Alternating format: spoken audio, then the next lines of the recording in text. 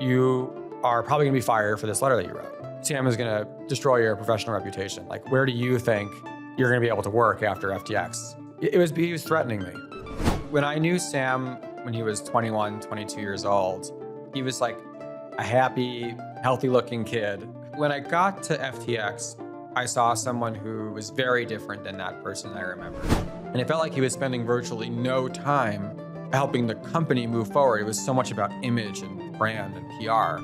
Media was primed for the archetype that was Sam. Doesn't matter how little time he spent with the company, doesn't matter how he treated employees internally. Architect, it makes it really easy to access kind of all corners of the digital asset ecosystem.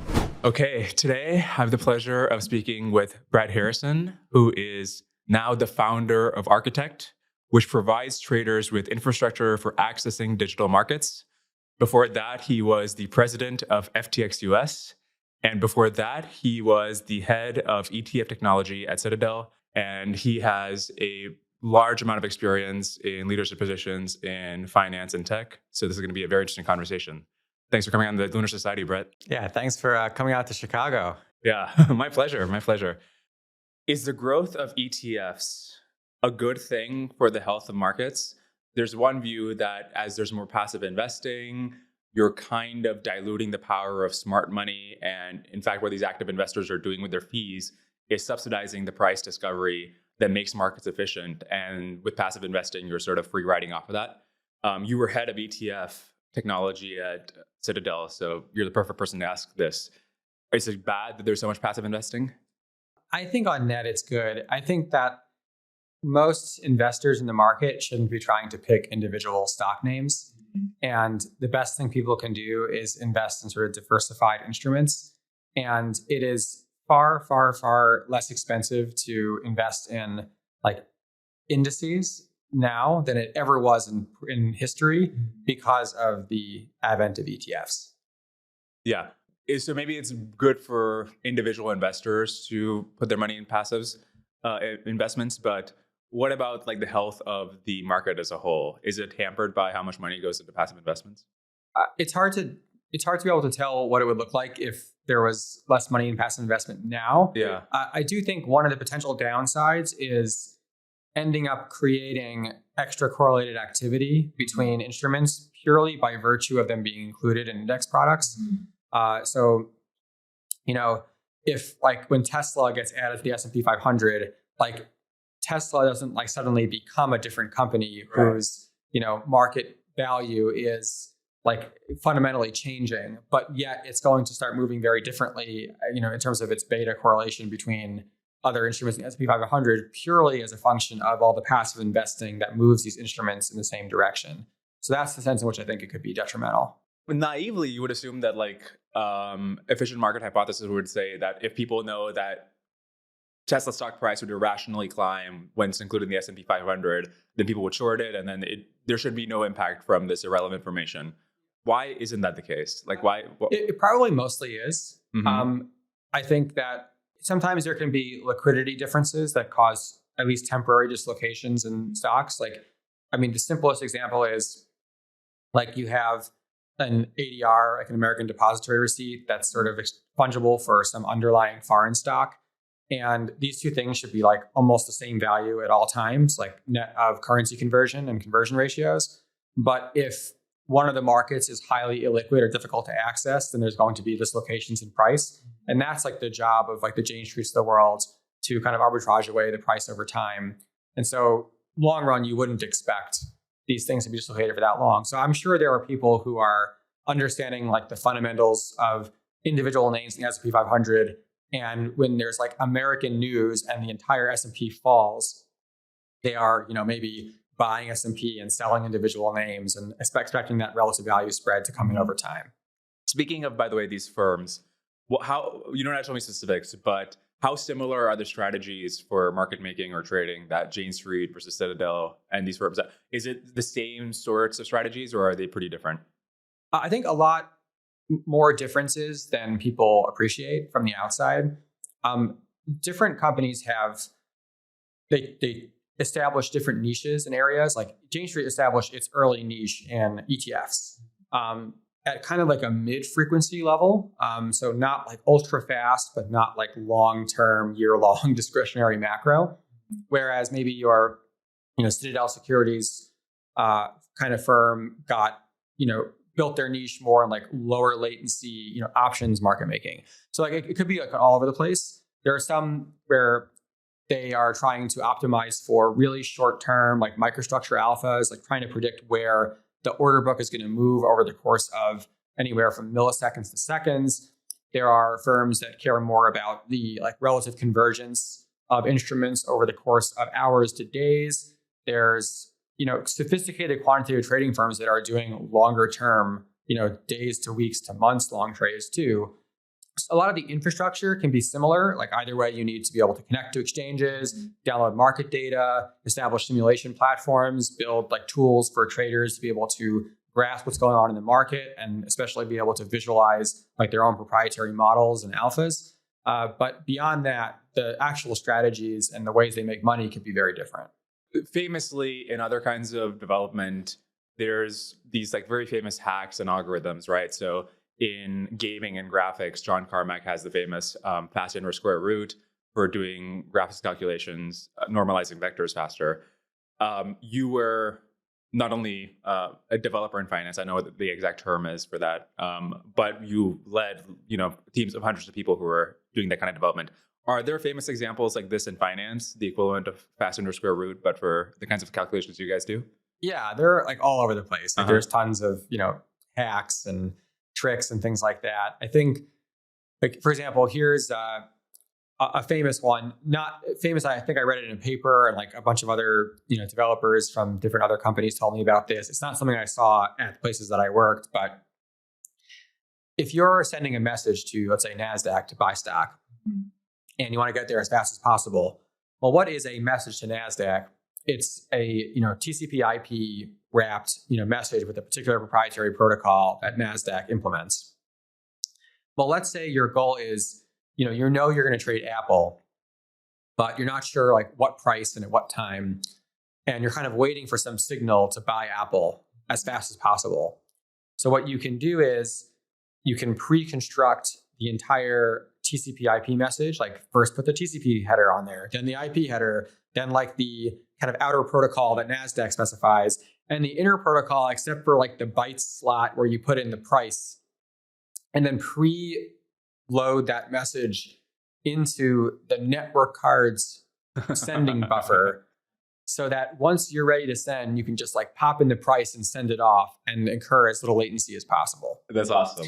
I think the analogy to video games is a good one, because like just like in video game graphics, what's the end goal? It's not like to produce the most theoretically perfect simulation of environmental graphics. It's to have something that like looks good enough and is fast enough for the user. And that's also true in like HFT and quantitative finance, where like the goal is to get to like the approximately right trade as fast as you can. It's not to have like the perfect theoretical model of underlying price dynamics. That is so fascinating. But this actually raises an interesting question. If you have some sort of algorithm like this that gets you a few nanoseconds faster to the NASDAQ exchange, and that's why you have Edge, or you've like leased microwave towers to get from New Jersey to Chicago faster, or you've bought an expensive server in the same place that like NASDAQ is housed, what fundamentally is the advantage to society as a whole from us getting that sort of information faster? Is this just sort of a zero-sum game of who can incorporate that signal faster? Like, why is it good for society that so many resources and so much brain power is spent on these kinds of hacks and these kinds of optimizations? Yeah, so I think if you start from the premise that having liquid, tight, efficient markets is important for the world, and you say like, how do I design a system that optimizes for that? I think you want smart, sophisticated technologists competing at the margins. And of course, the more they compete, the smaller the margins become, to the point where you think like the little extra activity people are doing to get slightly better don't seem to be, greatly affecting the whole system as much as if, as it was in the earlier days, maybe when things were slower and tick sizes were wider. I think it's difficult to imagine designing a market where you say like, okay, everyone should innovate up until this point. and then stop competing and then just stay stasis. And maybe you can create certain regulatory or market structures to try to prevent that. But I think on average, you want people competing at the margins, even if they seem like they are, minuscule. But at the same time, I think it's not zero sum for society for, technologists to be creating like super fast, like ultra low latency, very sophisticated algorithms. Like maybe, I don't know, we have a lot of geopolitical instability in the world. Who knows if like our microwave network that we built out in the US could have like greater use cases than just for quantitative finance, but like quantitative finance subsidize the creation of these towers. Okay. But so that's sort of like a contingent potential benefit. I guess people tell a similar story about NASA, right? In this case, literally microwaves, that they subsidize a lot of the science that ended up becoming into products. So that's an interesting account of the benefits of finance, that it has a say. Yeah, whatever tricks they come up with might be useful elsewhere, but that's not a story about how it's directly useful to have, nanosecond level latency for filing your like Apple stock or something like that. Why is that useful? Directly, I mean.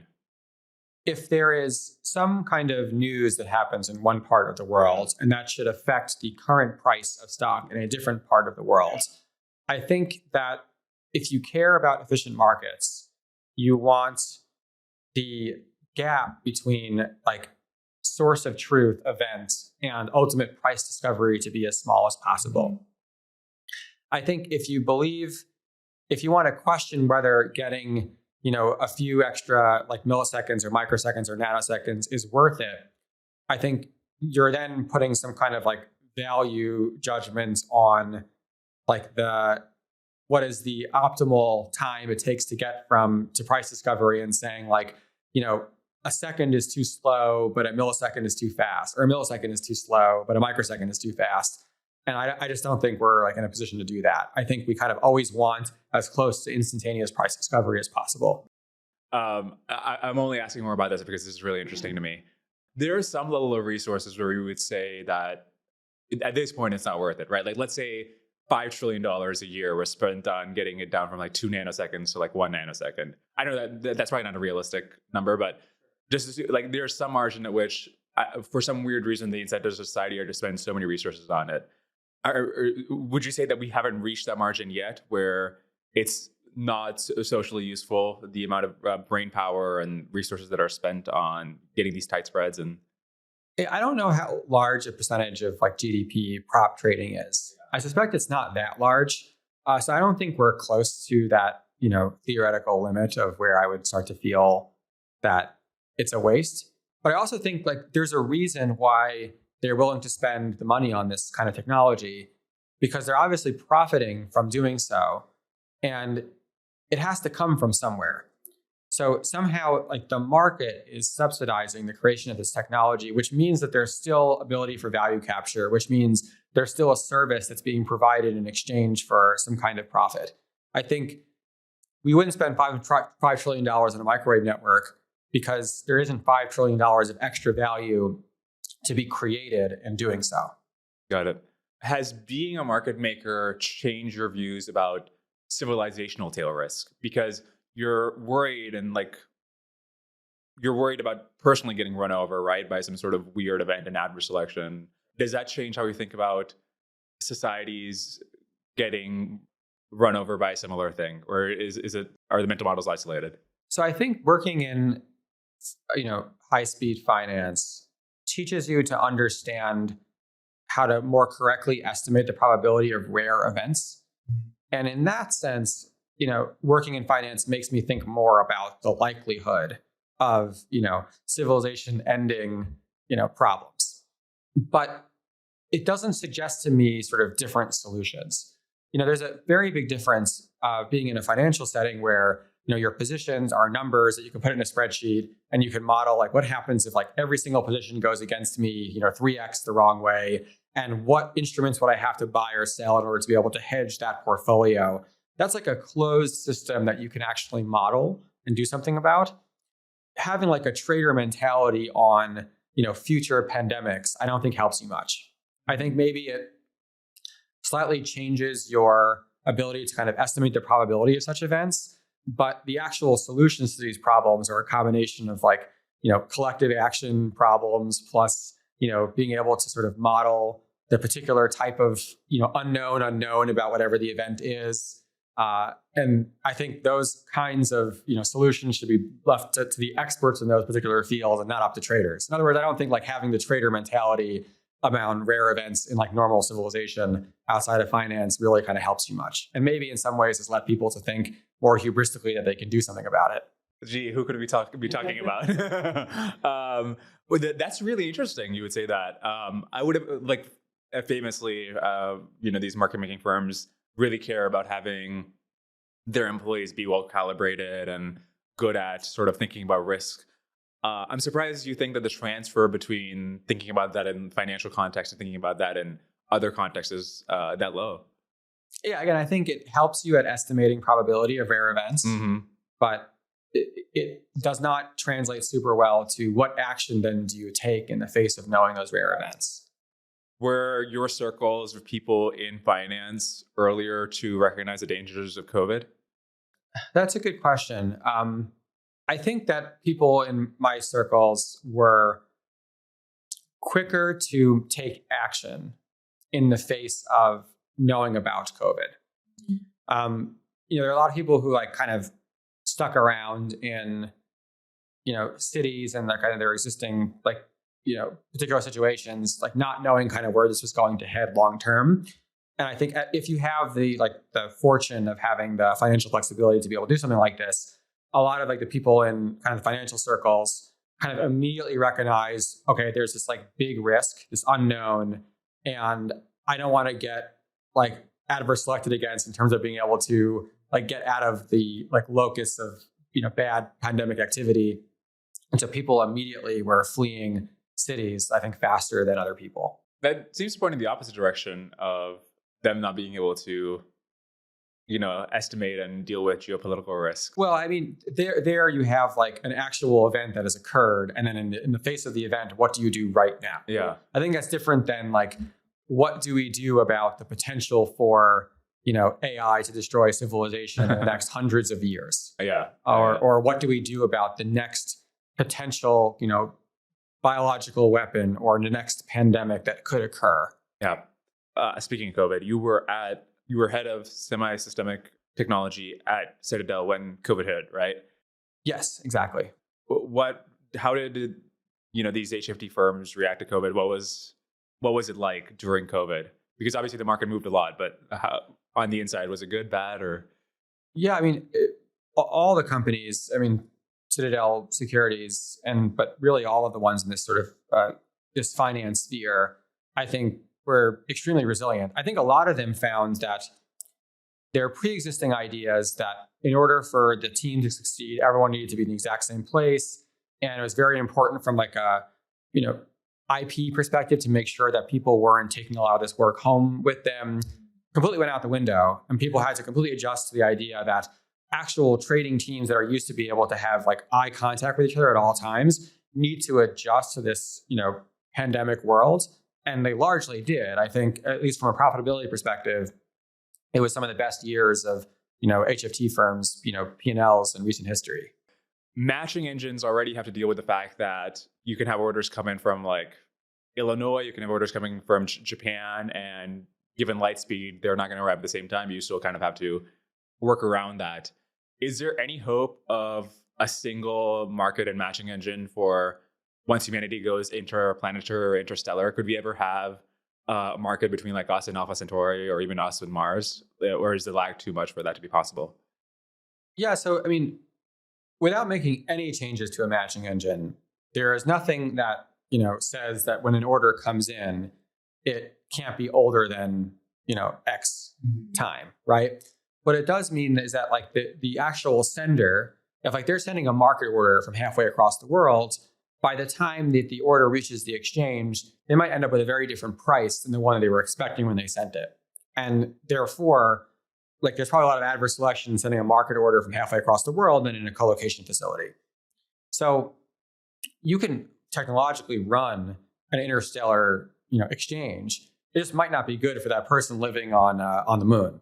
Is there any way to make it more fair? Yeah. So I think there's actually a kind of real world analog of that, which is like automated market makers on slow blockchains. Because if you're used to working on NASDAQ, where NASDAQ processes like a single message in somewhere between like tens and hundreds of nanoseconds per order, a blockchain like Ethereum processes what, like 15 to 50 messages per second. So significantly slower by like numbers of orders of magnitude.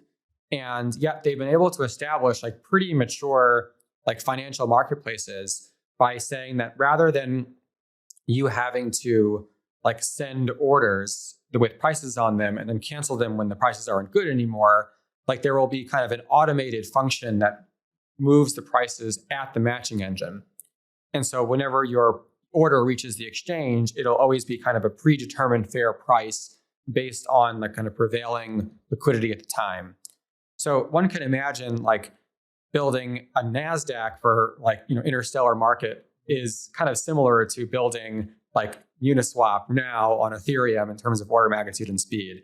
But there's other things you can do too. Like you could establish like periodic auctions instead of like continuous matching and things like that. And that could potentially help mitigate some of these issues. Yeah, it's actually something else I want to ask you about. What is your opinion of periodic, frequent batch auction systems? Should we have more of that instead of? So in theory, they help mitigate the advantages of high frequency trading. Yeah. Because if there's going to be an auction every 30 seconds, and it's not going to be by time priority, it's going to be by price, then it doesn't matter if you send that order at the beginning of the 30-second period or the end of the 30-second period. Like it's really like the price that determines whether you get filled, not something to do with like particular latency to the exchange. I think in practice, the couple of exchanges around the world that used to have those have switched away from them. Like I think the Taiwan Stock Exchange used to have a periodic auction system, and they just thought the liquidity and price discovery wasn't good, and it was like complained about a lot. And they eventually moved off of it to a continuous matching system. So I guess in practice, it doesn't quite work as well. But it's hard to tell. It's really hard to tell. What country, in your long experience of developing financial infrastructure, what country do you feel has the best infrastructure and setup for good markets? I would say the United States, except what's happened is US companies like NASDAQ have licensed their exchange matching engine technology to other exchanges around the world. So like the NASDAQ OMX technology powers a number of the exchanges in Europe and some in Asia.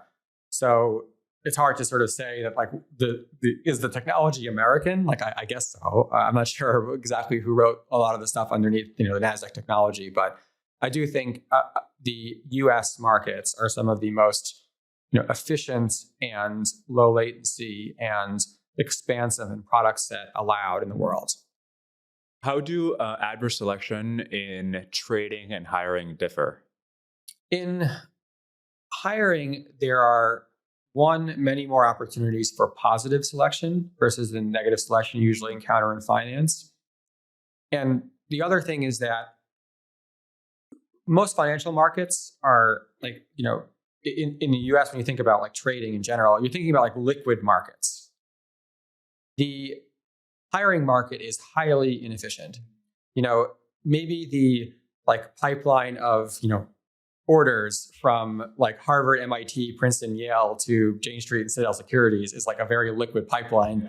But like there are many, many universities and colleges throughout the country and the world that have extremely talented individuals whose resumes will like never end up on your doorstep. So you might end up with like a resume from, some, graduating senior from college who has no internship experience. And your trader mindset might think, okay, this is terrible adverse selection. But it actually could be that like that person, if he's willing to, put themselves out there and apply to your company from this like relatively unknown university, then that might be the signal that is like the best person in that entire region. And that might be a positive selection. So I think that it's not exactly the same like adverse selection dynamics as there is in the traditional trading world. Yeah, definitely. Especially if you have like, I guess mission-oriented companies have a especially good way of getting rid of adverse selection, right? Yeah, exactly. Like the companies with really strong brands I mean, that's one of the things we saw at Jane Street was like, I heard stories in the old days of Jane Street that like the first resumes from Harvard were like, the people were terrible. Like they couldn't do like basic math and they just were just like the worst candidates compared to other people that they were able to find. And then they established this brand and this recruiting pipeline and this reputation for having very difficult interviews and for paying people really well and having this like amazing work environment that all of a sudden, all the people getting through the pipeline from Harvard were like really, really great. And it wasn't like the quality of students at Harvard changed. There's probably a bell curve there like there is everywhere else. It was just like the positive selection resulting from the branding efforts and the like mission driven like, focus of the company that really brought that positive selected pipeline to them. Yeah, that's really interesting. Should Jane Street replace OCaml with Rust? No, because there's too much infrastructure already in OCaml. Yeah, but starting from scratch. So I guess the world is if they could like snap their fingers and suddenly replace all their OCaml infrastructure with Rust at like zero cost, like would it be worth it? Yeah. In that case, I would say yes, because I think that you get a lot of the sort of static typing and compile time safety in Rust that you get from OCaml, but the base level program that you can write in Rust is much, much faster than one you can write in OCaml. Because of the way OCaml is designed, where there's this kind of automatic garbage collection, the worst thing you can do in high-speed finance is do any memory allocation that results in garbage collection. And so you have to write very, very careful OCaml that almost ends up looking like C in order to end up, staying in functional programming land, but not actually creating tons of memory on the heap or the stack that ends up getting collected later. I guess you've been playing around with Rust a lot recently, right? Yeah. What is your impression of the language? Have you been enjoying it? It's great. And it's come a very long way in the last 3 to 5 years. I think crypto has something to do with that. It seems to be like one of the like languages of choice for people to write like blockchains and smart contracts. And so there's been an enormous amount of like open source contribution to Rust. And so compared to when I had like last looked at it a couple of years ago, it's a lot easier to write like really good, sophisticated programs now in Rust and get all of like the type safety and the speed that you get, which is like very comparable to C++ on the speed side. Well, when I'm writing programs, they're not large code bases with many people contributing. So when I use Rust, it's just like a huge pain. Like, I just want to do something very simple. Why do I have to put like an arc instead of a box instead of an option? Like, but I can totally understand if you have something where like billions of dollars are at stake. There's definitely a learning curve. And right. I think for basic scripting, you want to use something like Python. Right. But exactly, if you're writing like low latency distributed infrastructure that has to never fail, Rust is a pretty good choice. Yeah. Speaking of Jane Street, why does a company pay interns like 16 or 17K a month for their summer internships? Is the opportunity cost for one of these smart students that high in the summer?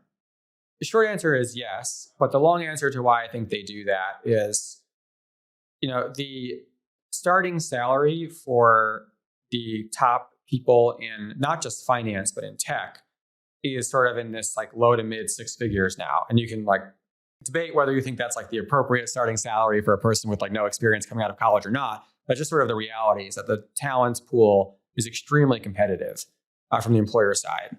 So if you start with that as like a reasonable, salary plus bonus for an employee, and I think Jane Street's mentality is these interns who are coming here, like they're doing real work. They should be paid like a full-time employee, just like prorated for the time when they're actually here. And so that like ends up like checking out to be like the right numbers. Wait, on net, are interns, I mean, forget about the salary. Like, are they actually on net contributing, given that subtracting away the time of the traders who are training them? Maybe it sort of breaks even if you consider like the time to train them. But it's extremely worthwhile because when those interns come back full time, and Jane Street hires a significant percentage of its incoming classes from their internship program, that they're already trained, they're ready to go day one. They're almost immediately useful because they had that like 3-month period where they got trained, and only the ones that really liked it and were good come back. So it's like, rather than wait for them to come on site, train people, and maybe half of them aren't good or half of them don't fit with the culture, and you kind of don't know what to do with them, the internship program provides like a really good place to get like on the job training and then only kind of select on both sides for the ones that are the best. Is there a free rider problem with internships where if like a company like Jane Street puts in the effort to train somebody for 3 months, they might get some of them to work for them, but they've also trained some people who might work for the competition. And like, is there some sort of free rider problem there? There for sure is, which is why the companies have to work as hard as possible to make their experience as good as possible, which is like, it's good for the interns. You know, like when you go to Jane Street, like not only do you like learn a lot, but like they pay you really well. And also like you get to, you know, visit one of the foreign offices for like a week or something. Also, like they have all these like really fun programs where they bring like famous speakers to come to the office and speak to the whole, you know, intern class. And they have, you know, like parties and all sorts of stuff. And it adds to like the experience of thinking like, okay, this is the place I want to work. I don't want to like take my training and go to the competitor. I want to come to you. Yeah, I clearly got in the wrong business with podcasting. Yeah. Why did you pursue finance dev instead of trading? Well, why did that appeal more to you? Yeah. So in college, I studied computer science and math. And I really liked programming, but I think I didn't quite know what a career in programming looked like. I think the conventional wisdom, at least like in 2009 when I was applying for internships, was like, okay, I'm going to sit in the cubicle and like stare at a screen for 16 hours a day. I'm going to be miserable. And it's not going to be a very social job. I consider myself like a pretty social person. And I had a lot of friends who had these like various internships in quantitative finance, like mostly from the trading side. And so when eventually I went to Jane Street as an intern, I had kind of like a hybrid summer of like doing some dev stuff and some trading stuff. And to me, I thought like, okay, the traders are much closer to like the real action of the company. And like, I want to be a part of that. And so when I joined Jane Street, I was hired as a trader on the ADR desk. And I realized like very soon into that one, no, like actually the developers have like just as much, if not more, impact on the outcome of the success of the company. And two, I just like enjoyed it a lot more and it was just much more up my alley in my training. And so I ended up going that route instead. I want to ask about the culture at these sorts of places like Citadel or Jane Street. I mean, you spend some time in Silicon Valley and around like traditional sort of like startup scene as well. What is the main difference between Silicon Valley tech culture versus, you know, quant New York culture? Sure. Or I guess Chicago culture. Yeah, so I have a ton of personal experience like in the Silicon Valley culture or like the tech culture, since I've only really worked at kind of finance places my whole life. But the sense I get is that the kind of New York, Chicago quant finance dev culture is one about extreme pragmatism. Like, you know what the outcome is. It's to like, you know, be the most profitable at the strategy. And you kind of try to draw a straight line between what you're doing and that profitability as fast as you can. Compared to, I think the Silicon Valley culture is much more about like creativity and doing things that are like new that no one else has done before. A healthy amount of cross-pollination would be good for both, where I think a lot of trading firms are doing like the exact same things that all the other trading firms are done, and some like healthy, you know, injection of creativity into some of that stuff to maybe think slightly outside the box of like, you know, as you said earlier, like get slightly faster to go to NASDAQ or something, which is like, okay, it's might be fine, but it's like not that creative. Would be good for those quant firms. At the same time, the like sheer approach to pragmatically getting something done and out there and sold and making money would help a lot of Silicon Valley firms that kind of like hang out in this sort of creative land for too long and don't end up getting a product to market. Yeah, I know. Definitely. It seems like there should be one founder from both those cultures at every single startup. It's similar to what you were saying earlier with like SBF and like visionaries versus pragmatist in that context. How conspicuous, I mean, you were just mentioning earlier that these traders are making mid six-figure salaries to begin with, let alone where they rise over their careers. How conspicuous is their spending and lifestyle? Is it close to Wolf of Wall Street? Is it just Walmart t-shirts? Like where are we talking? It's probably a lot closer to Walmart t-shirts than it is Wolf of Wall Street. I mean, certainly it is now. Even when I started, it was pretty inconspicuous. I don't think it was that way in like the previous decade or two before I joined finance. I guess I'm not really sure, but I get the sense that the current culture around inconspicuous consumption is sort of a function of millennial consumption habits, where people are focusing a lot more on like experiences than having shiny material objects. I think that's had a large effect on kind of like the high earning tech and finance culture that exists today. Well, I guess, are they spending that much money on experiences either? Because how expensive is a flight to Hawaii, right? And even after you subtract that, like, where is this money going? Are they just saving it? Maybe it's not like just a flight to Hawaii, but it's like bring your 10 friends to Hawaii with you or something. Or it's, get involved in like a charitable organization in a way that like someone who is 24 like normally wouldn't be able to do, purely by being able to like donate a lot. Yeah. What is the social consequence, for lack of a better word, of having a bunch of young, nerdy people, often male, often single, having this extraordinary level of wealth? Like, what impact does it have? I don't know if society is the right word, but like, what is the broader impact of that class of people? I think we'll have to play this out over the next decade or two to really see where this goes. If I'm going to be an optimist about this, I'd like to think that when it was like older, single or married males, getting, hoarding a large amount of wealth, that for the most part, they kept it to themselves and kind of waited till later in life to do anything with it. And were the kind of people who really like stayed at their same career their whole lives, as opposed to if younger and younger generations are amassing wealth through, what they can actually perform with their skills, then I think that hopefully injects more dynamism into the distribution of that wealth later on, because those millennials will then or Gen Z or whomever will go on to like found new companies, and maybe they'll be able to seed the company themselves with their own money and have a lot easier time like bringing like interesting new things to market, or they'll be able to donate to like really interesting causes, or they'll be able to help out their friends and family more easily from a young age, or they'll be more selective in the kinds of things that they give to or contribute to that don't just involve like getting their name on like a building of a school or something. Yeah. That's a very optimistic story. I hope that's the way it plays out.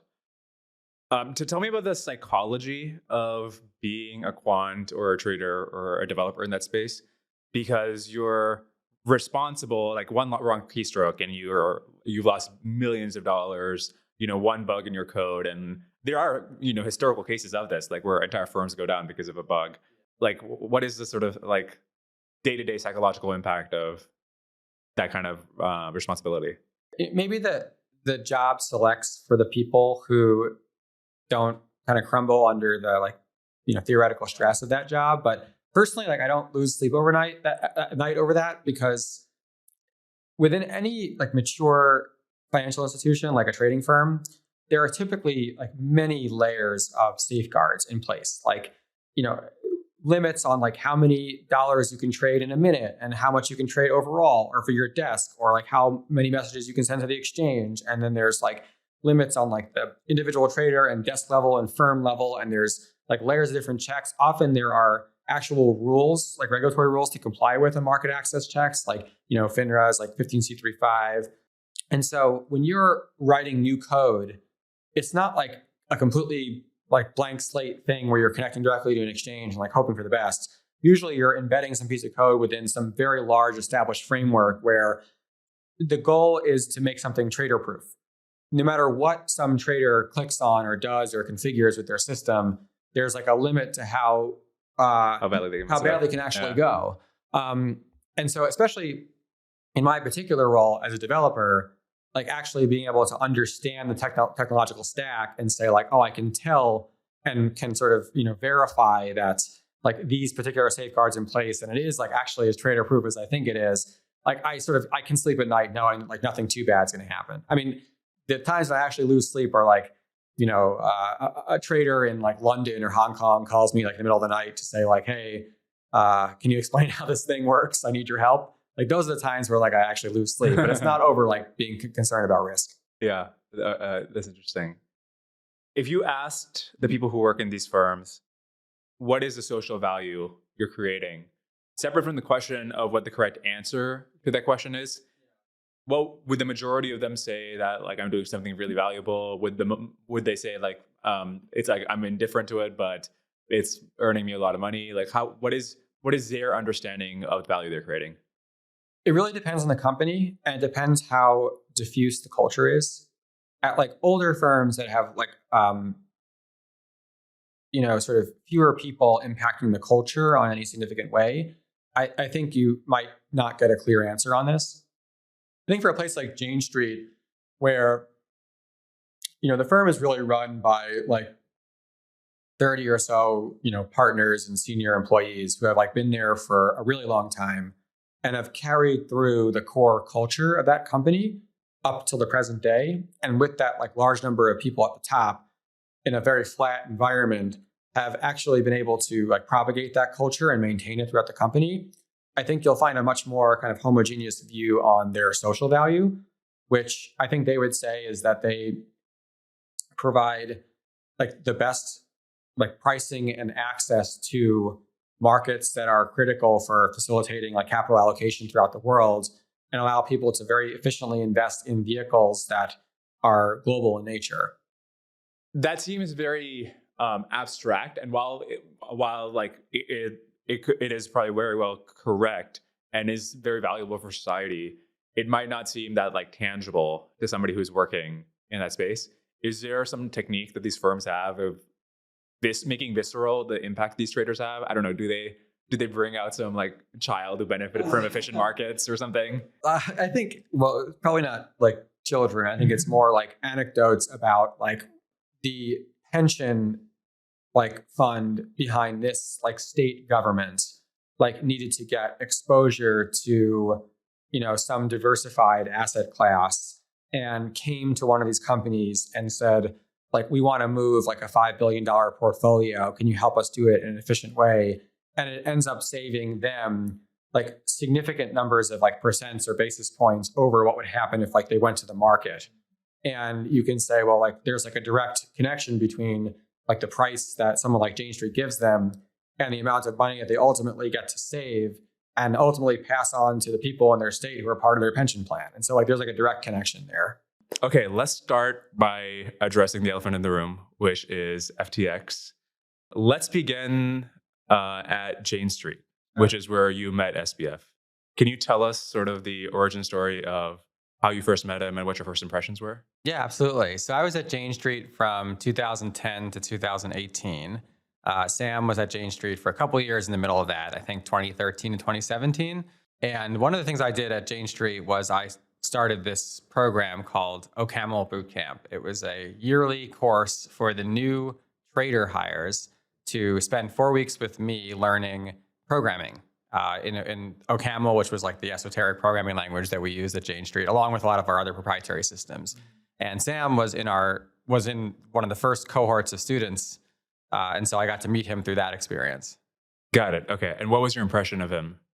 Yeah, he was a smart kid. He was nice. He kind of got along well with other people in his class. He was definitely, above average, but not like, completely stand out at the top. Although then again, the bar was extremely high at Jane Street. So I think that's already sort of a compliment. But people liked him a lot and thought he had a lot of promise. But, he was a young guy like everyone else. Got it. And did that perception change over time while you were at Jane Street? It slowly started to. Sam was on one of the largest trading desks at Jane Street and, had 50 or 60 people on it. He had several managers. And one of my roles at Jane Street was to work with all of the different trading desks on the designs of their particular strategies and systems. And so I would frequently go over to his desk and talk with his managers about stuff. And they started pulling him into conversations more and more, specifically to talk about some of the like lower latency ETF ARB stuff we were doing, some of the original like OTC automation things we were working on. And so he started actually contributing more to the actual like design and thought behind some of these systems and thought he was, precocious and had a lot of really good intuitions about the markets. Got it. Okay. And so what exactly was your role at Jane Street at this time and what was his? Yeah. So at this time, I was sort of leading the group of software developers building the technology that was closest to actual trading. You can think in a HFT or any kind of sort of trading firm. There's lots of different developers, people who work on, stuff really relating specifically to the trading technology, people who work on kind of the core systems, networking, kind of internal automation tools for developers. So we were in the part of the spectrum that was closest to actual trading. And so my job was to like go over to the different trading desks within the company, talk to them about their specific strategy for the products they traded, understand how to like their priorities about what venues they want to connect to, what different systems they want to create, what different parameter changes they need in their like automated trading systems, what kind of research tools will help them do their job better, what user interface would make it easier for them to understand what's going on in the market, and kind of all of that. Okay. And did SBF at this point have any sort of reputation of either being uncooperative or being cooperative or anything ethical or professional that's noteworthy at this time? I don't think there was much that stood out, although, he was, again, pretty precocious at that particular time period. One anecdote that sort of drew me closer to him was Jane Street's offices were in 250 Vesey.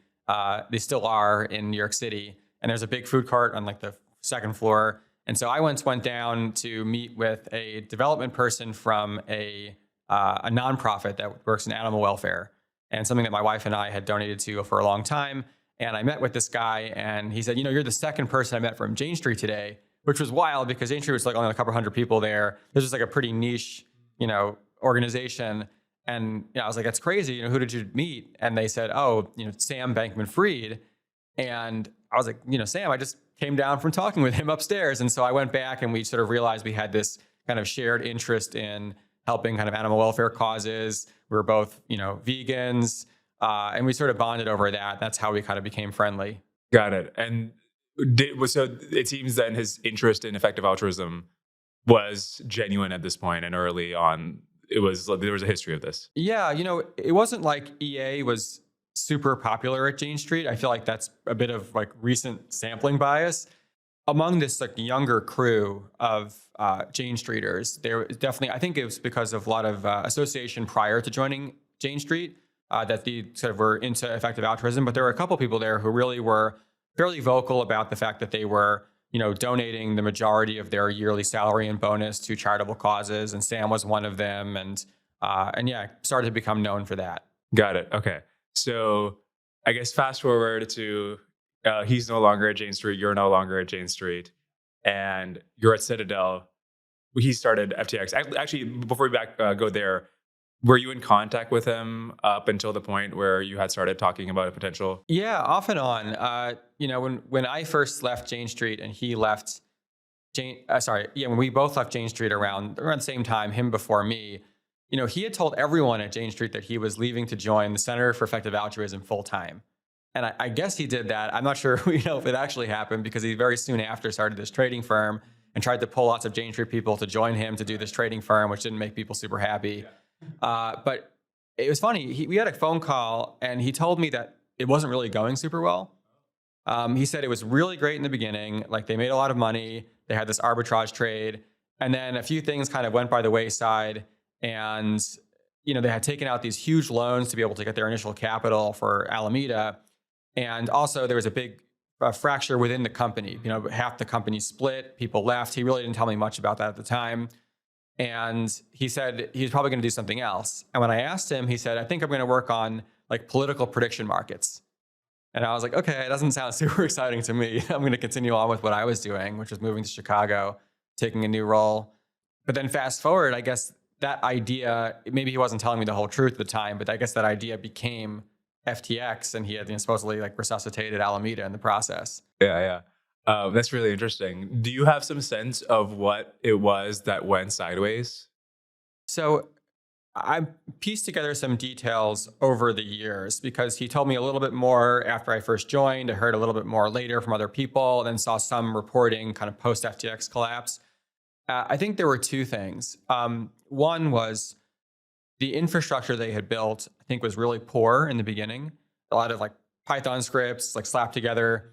And a couple of times they had sent tokens to the wrong wallet and ended up like losing millions in the process. And they had some big non-arbitrage directional bet on in some token. It might have been ETH or something. And it went against them. And so they lost a lot of their trading capital. And then the other thing was that after some of their technical problems, there was internal disagreements, supposedly, this is what Sam told me, about how to move forward with tech. There was half the crew that wanted to kind of rewrite everything from scratch in a different programming language. There's another half that said like, okay, we can make some small incremental changes from here and fix things up. And Sam and Gary and Nishad were more in that latter crew. That former crew kind of broke off and started their own thing. And that's what originally happened. Okay, got it. And were you aware of the extent of this at the time, or is this something pieced together? Yeah, not at all. I mean, Sam told me a little bit about it, but this was over the course of years now, where I had two different roles. One at Headlands, one at Citadel Securities. Sam was starting Alameda. We spoke maybe once a year, briefly on the phone. So all this stuff was happening in the background, and I had no clue. In fact, the first time I even heard about FTX was one of my colleagues from Citadel Securities told me, "Hey, did you ever work with this like Sam Bankman-Fried guy?" And I was like, "Yeah, a little bit. Why?" And they're like, "Do you know he's like a billionaire and he has this like Hong Kong crypto exchange?" I'm like, "What? No, what? Since when?" And then started to see him pop up in articles. There was like a Vox article about him and a few other things, especially related to his political donations. And that's kind of when I got back in touch with him and we started talking a little bit. When was it that he called you to say that there are potentially troubles and I'm considering starting a political prediction market? That was in 2018. Okay. Yeah. Got it. So it was right after I left Jane Street. Got it. Okay. And so now you've moved on to Citadel. And so I guess you're still in touch at this point. Yeah, like very briefly, a text every now and then. Okay. And then at some point, you become president of FTX US. So do you want to talk about I guess how he approached you about that and what was going on at the time? Yeah, it was interesting. So at the time I was running what was called the semi-systematic trading technology at Citadel Securities. And so this was the group of technologists working on systems for ADRs, ETFs, options, and OTC market equities. So it's around 100 software engineers or so that rolled up to me. And, that was going well. But, Sam and I started talking, it was, I guess, March of 2021. And, he was like telling me a couple of things going on at FTX. And then he said, if you're interested in coming over to FTX, we would still love to have you. And I thought, oh, still, we never talked about doing this before, but sure, let's entertain this. And then we started talking, and he had me meet him and Gary and Nishad over, video call. I was in Chicago; they were in Hong Kong at the time.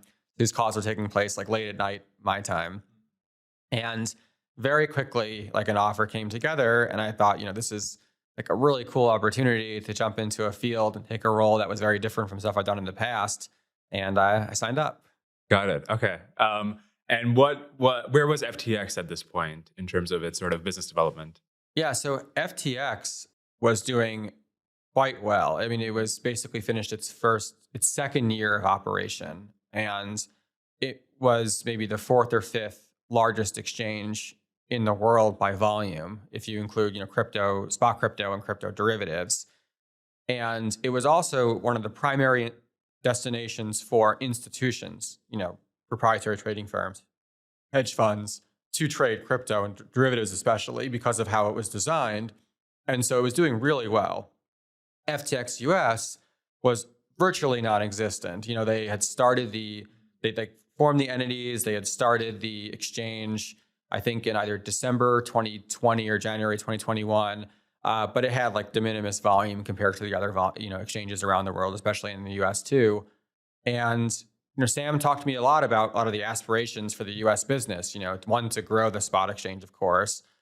Two was to be able to find a regulated path for bringing some of these offshore products like Bitcoin and Ether futures and options onshore in a regulated way. And on top of that, Sam had also told me about kind of longer term desires to be a single app or marketplace for everything, not just crypto. So, launching a stocks trading platform as well. And so that was, I think, one of the reasons I think he wanted to bring me on, was because I had all this experience kind of inside of regulated broker dealers and sort of knew roughly what it took to get that started. Okay, got it. And so the initial offer was specifically for president of FTX US, right? Yeah, and Sam wasn't someone who loved thinking hard about titles. And even like what my original title was going to be was like a point of contention. But I'm not sure it was clear exactly what my role was going to be. I think Sam wanted me to like write software for FTX and FTX US, for FTX US. But to me, I sort of thought there was like this bigger opportunity to kind of work with Sam to lead this other startup, which was FTX US, and kind of build it up and sort of follow in FTX's footsteps and its success.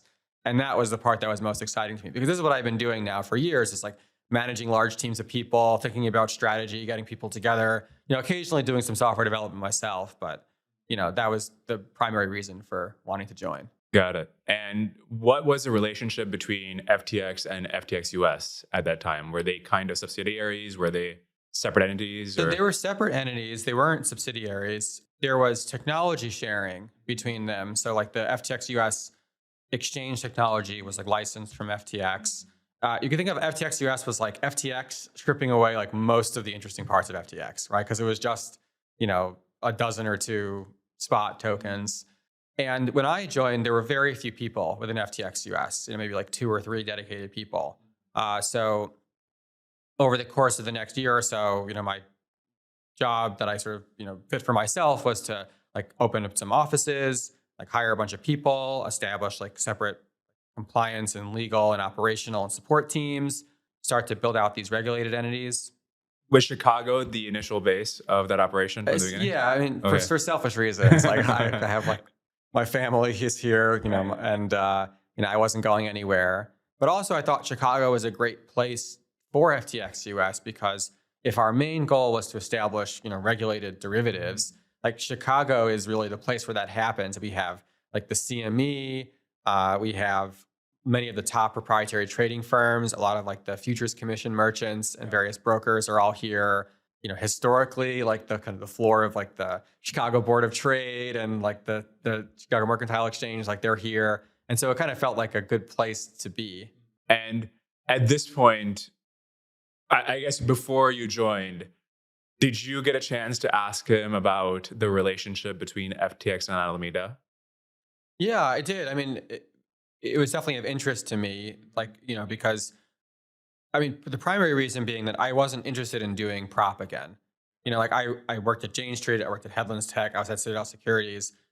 If I wanted to continue doing prop trading, I would have stayed at one of those places, So I wanted to do this exchange business. And what Sam told me was the same thing he said publicly everywhere, which is that, like Alameda is basically running itself. All of Sam's time is on FTX. They're kind of walled off from the FTX people.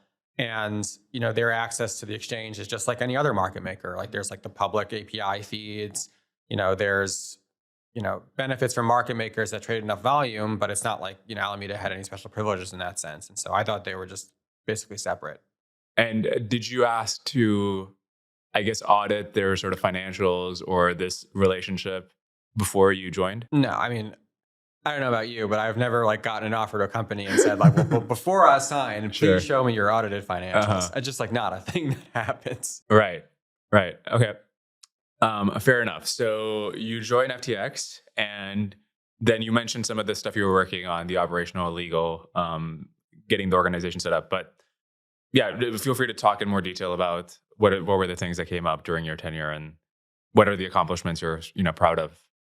Yeah, I guess on the professional and personal front. So I guess on a professional front, I'm most proud of like establishing out our team and making significant headway to a lot of our goals to establish these regulated businesses. So for example, LedgerX, we acquired LedgerX, and we had this application to the CFTC to enable kind of real-time direct-to-customer 24/7 margining and cross-collateralization.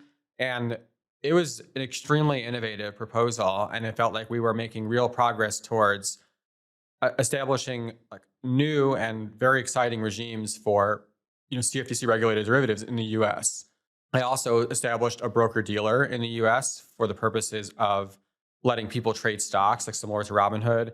I wrote like 90% of all the code for that stocks platform myself. I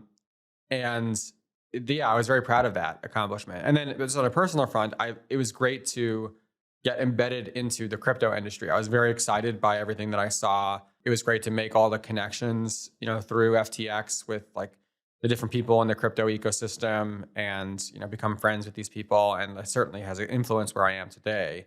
So I'm sort of proud of all of that.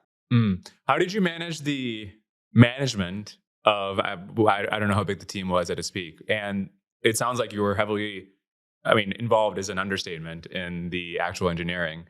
How were we able to manage both roles at the same time? Yeah, so we were like between 75 and 100 total people in the US, and it was challenging. I mean, it was one of my biggest complaints, which I'm sure we'll get into, which is that, yes, I can write code, but I feel like that's my comparative advantage is helping kind of to leverage teams of people to get them to, work towards the common goal of, building out large distributed systems that are, complex and multivariate in nature.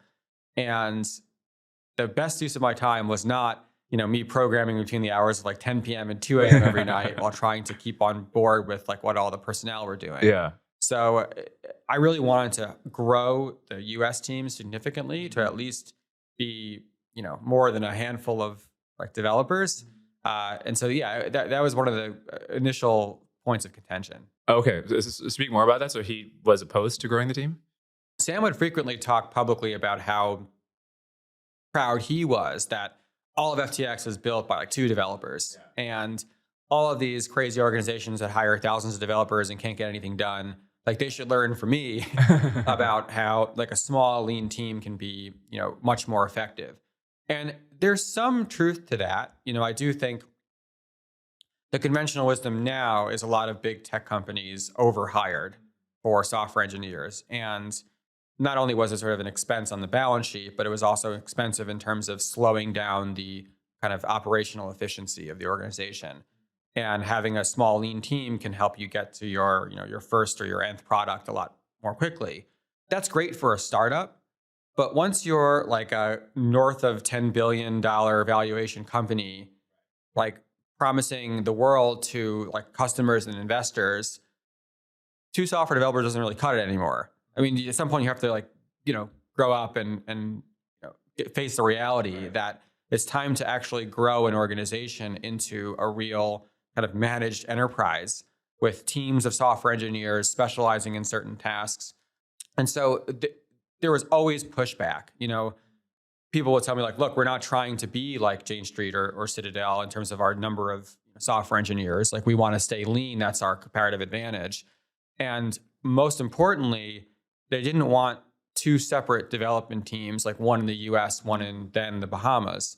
Like they wanted to keep the nexus of software development underneath, Nishad and Gary in the Bahamas, which I just thought wasn't going to be sustainable long term. Like if you run a broker dealer in the US, you need to have staff that is specifically allocated towards broker dealer activities. It can't be that if FINRA comes and says like, well, who's working on the broker dealer? You say, well, it's like this Gary guy who like lives in the Bahamas, who sometimes is awake at like 4 a.m. and spends 20 minutes a day thinking about stocks. Like that can't fly. Right. And has no images of him on the internet. Yeah. Okay. So were Nishad and Gary contributing code to the FTX US code base? Remember, like the FTX US side of things was a like strict subset of FTX. So like in that sense, it kind of flowed into FTX US, with the exception of the like FTX US derivatives. The Ledger X stuff was like actually a completely separate team because that was through an acquisition. When you're talking about the code of like the matching engine or things like that, was the code shared between FTX and FTX US? Yes. Okay. Who was in charge of ultimately like the push, the pull, like approving the pull request basically of the FTX US code base? Yeah, it was like all Gary and Nishad. Okay, got it. And so the code you were contributing was also going to the sort of like universal global code base. Yeah. Got it. Did you have sort of access to the entire code base or just the FTX US side or? Yeah, again, it was one shared repo. I mean, there was an enormous amount of code. And one of the big problems, another problem that I raised while I was there was that, 90+% of all the code of FTX was written by these 2 people. And it was very hard to follow. I don't know if you've ever seen like a large Python code base before. And so whenever there were issues that arose, like there's like this particular problem with like an account on the exchange, the only answer was like, call Nishad, call Gary, which I also knew to be like unsustainable from the organizational perspective. Like one of the like guiding principles at Jane Street, for example, was, mentor your junior devs so that you can hand off all your responsibilities to them. And in the process of handing off responsibilities, you make the code better, more automated, more robust to problems, more easily, debuggable in real time. If you hoard everything to yourself in your own brain, you end up with a code base that is just only understandable by that one person. And so it was the kind of thing where, and a lot of people talked about this internally, like if Gary like got hit by a bus and like couldn't come to work anymore, FTX is done. it's done. It's done. Exactly. So what do you think was the motivation behind this? Was it just that he wanted to avoid the sort of like Google growing to 100,000 people kind of thing, or was there something else going on? Like why this sort of concentration? Well, clearly there was something else going on. I think an open question now, only thinking about this in hindsight, was how much of this like very cloistered organizational decision around the development team was a function of the various things they were doing that they were hiding from the rest of the company. Or was it really this sort of like one ultra paranoia about growing too large too quickly and losing control of the organization? And two, an almost like sort of cult-like belief in this small team like being the but-for cause of all past, present, and future success.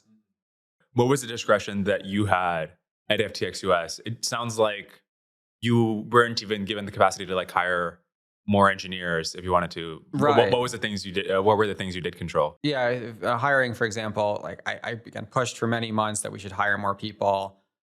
Eventually, I, got permission for us to interview people, but then those would ultimately have to get finally approved by the people in the Bahamas, and they would frequently say no to people who I, thought were good candidates. Finally, we hired one person, and this person was doing well. He was here in Chicago, and they invited him to go spend like a month in the Bahamas to kind of hang out with them and, supposedly just like to ramp up on the system. And this person comes back to Chicago and they say, you know what, like I really want to move to the Bahamas. They really kind of convinced me to do it. And it was so frustrating. Right. It was just poaching like from your own company. Exactly. It was such a constant battle. And at some point I kind of gave up on this idea that I was going to be able to actually grow a separate developer team. So, I mean, the bottom line is, on kind of like the day-to-day operational stuff, especially the decisions within some of the things I was responsible for, like the stocks, trading platform that I was working on, I had a fair amount of discretion, and people certainly looked up to me for, management and advice and direction.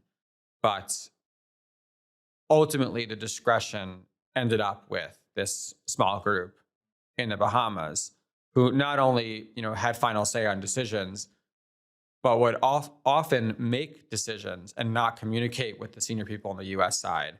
And we would just sort of find out things were happening. Is there a specific example or set of examples that comes to mind? Sure. The biggest example for me was, this was sort of post my kind of effective resignation, but some of these strategic acquisitions that were being done in the US during the summer of 2022, I would find out from like the news, or like it would sort of be mentioned on a Signal chat or something that this was happening. And there was like no opportunity to actually like wade into the discussion about how this is like going to greatly affect like the US business. It's going to greatly affect our priorities. And it wasn't clear if this was like a good decision or a bad decision. It was just like a unilateral decision that was made, like, oh, we're acquiring this company, or we have the option to acquire this company. Are there decisions that were made from the Bahamas that stick out to you as being unwise, that like, I don't know, you try to speak out against? I mean, you mentioned some of them, right? Like not hiring enough people and not getting more developers. But are there other things like that stick out to you as bad decisions? A lot of the spending, I mean, on everything from like lavish real estate to all of these like partnerships to like very, very large venture deals.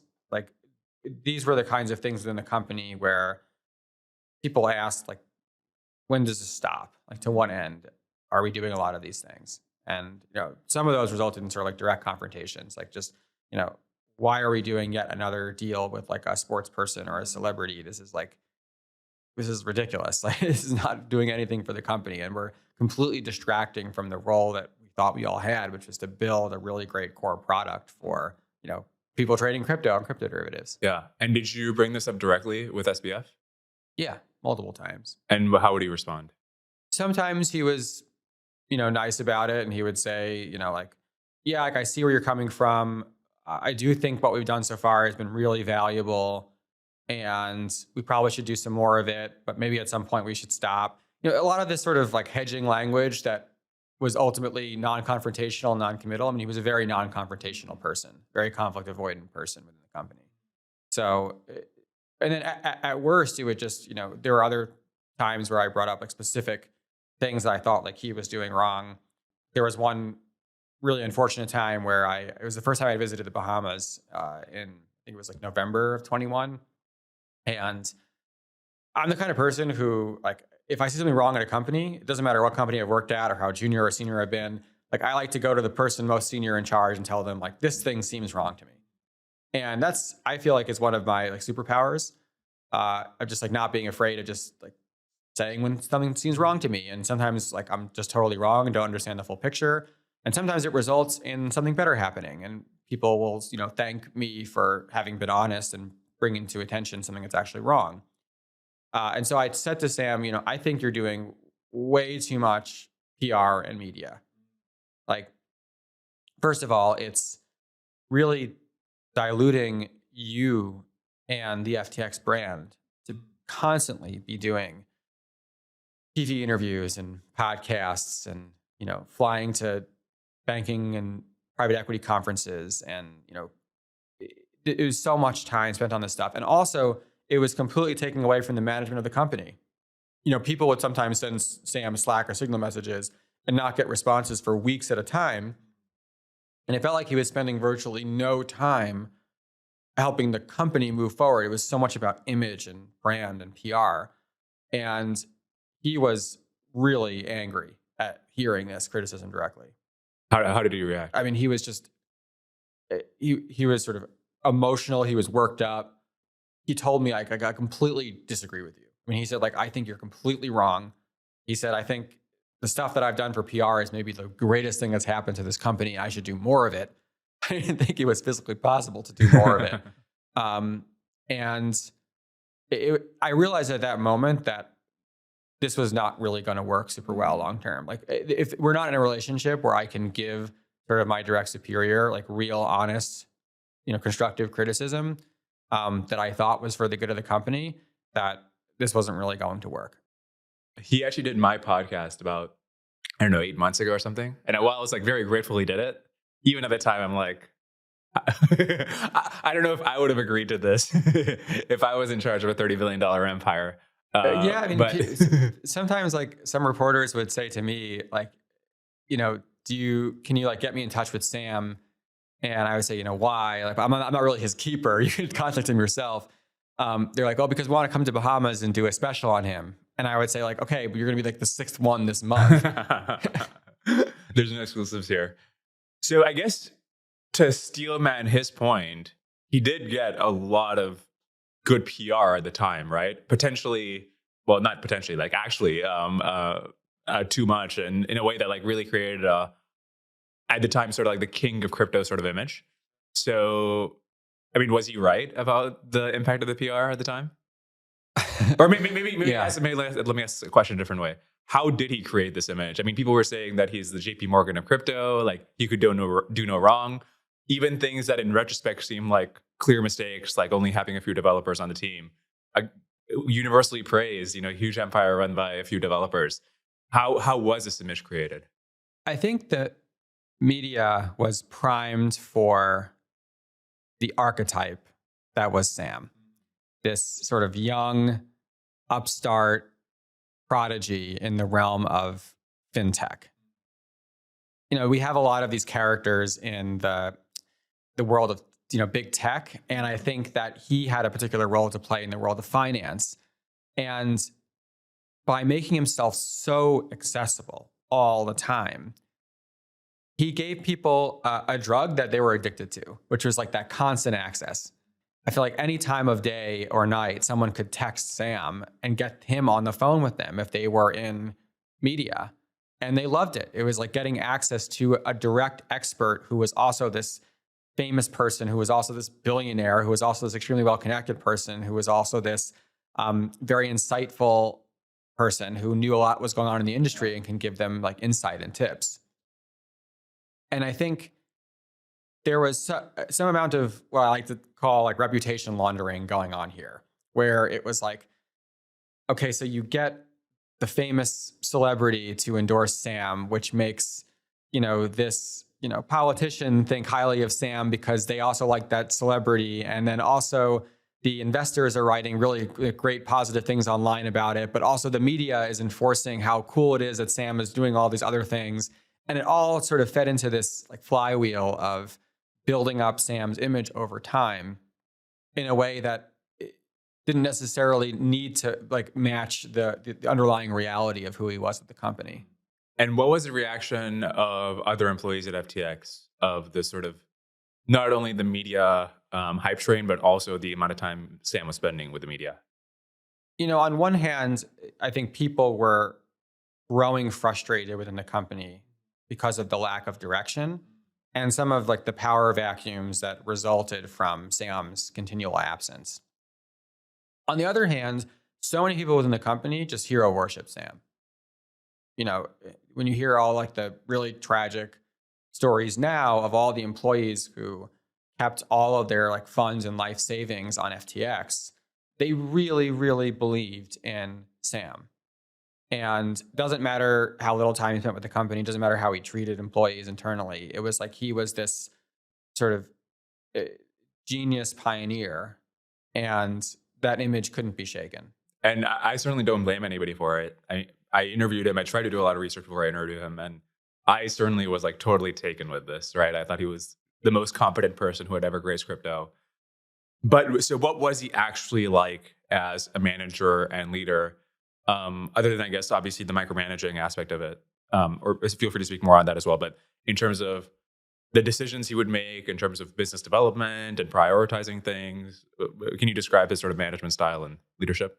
In the beginning, when I joined FTX, my initial impressions were that he had pretty clear intuition and insight into the simple things to do that would work. In many ways, if you think about what FTX did, it wasn't really super complicated. It was like just be operationally good and give your trading customers as predictable of an experience as possible with regards to collateral management and auto liquidation and matching engine behavior and latency. And so they did it. I would say, aside from the intuition, Sam wasn't a details man. Like that was usually left up to the people below him to really take care of. It was like to drive a project to completion, to figure out all the details that had to be done. I think besides that, as a leader, I thought he was, fairly incompetent. I thought he was, very conflict avoidant. He didn't like to get into direct confrontation with any of his employees, where most of the reasons why people needed to talk to him were because there were, significant issues, whether those were personnel or otherwise. And he just blew them off. I mean, that was just a frequent occurrence within the company. I mean, he would, if you went to Bahamas, and I went only a couple of times to actually visit the office, if he was in the office, he was there all day on calls. All day, whether those were with investors or with media, podcasts, whatever. It was just consistently just doing that. And I saw very, very little time where he actually got up and talked to anyone else within the company about anything, So I think, to me, that was the primary impression I got of his leadership, was virtually that there was none, which, made me feel a lot like I and others needed to step up and sort of take, that role in the absence. Got it. And then so who was making these day-to-day decisions in the absence of Sam? On the foreign side, in the Bahamas, Nishad was really like the number two person there. I mean, he was making a lot of decisions. There were a couple others in the Bahamas who were taking kind of swaths of the company, whether it was like investments or marketing or legal, things like that. On the US side, we had like a different crew trying to make decisions where we could on for like US regulated matters. But again, we were always sort of below the decision making authority that was happening in the Bahamas, especially inside of the home where they were all living. So it seems like FTX was a really good product compared to other crypto exchanges. I've heard a lot of like traders praise it. Was this competence sort of built while SBF was still doing media stuff, or was this built before he kind of went on the PR train? Like, how was this product built while the CEO was kind of distracted? So I think the core of the product was built before my time. And my understanding was in the transition from Alameda to FTX, where there was no publicity around Alameda, there wasn't any publicity around FTX. It was very much like heads down build mode for several months and just think about the core product. Having been a trader on these different exchanges around the world that also offer derivatives and knowing all their problems, like for example, if you had an Ether futures position and also an Ether spot position on this one exchange, you could get liquidated on your Ether futures position even if you had enough Ether spot as collateral, because you needed to have that spot crypto within the Ether futures spot collateral wallet, which was different than the Ether spot wallet. And so it was this game of shifting assets around to different wallets to make sure you kept meeting your collateral requirements, which was just an operational nightmare. And so Sam told and worked with Gary and Nishad to build basically a cross collateralization system where you have just one wallet with all of your assets, all haircutted appropriately based on volatility and liquidity, but then summing up to a single collateral value that represents what you can put on in terms of margin for all your positions.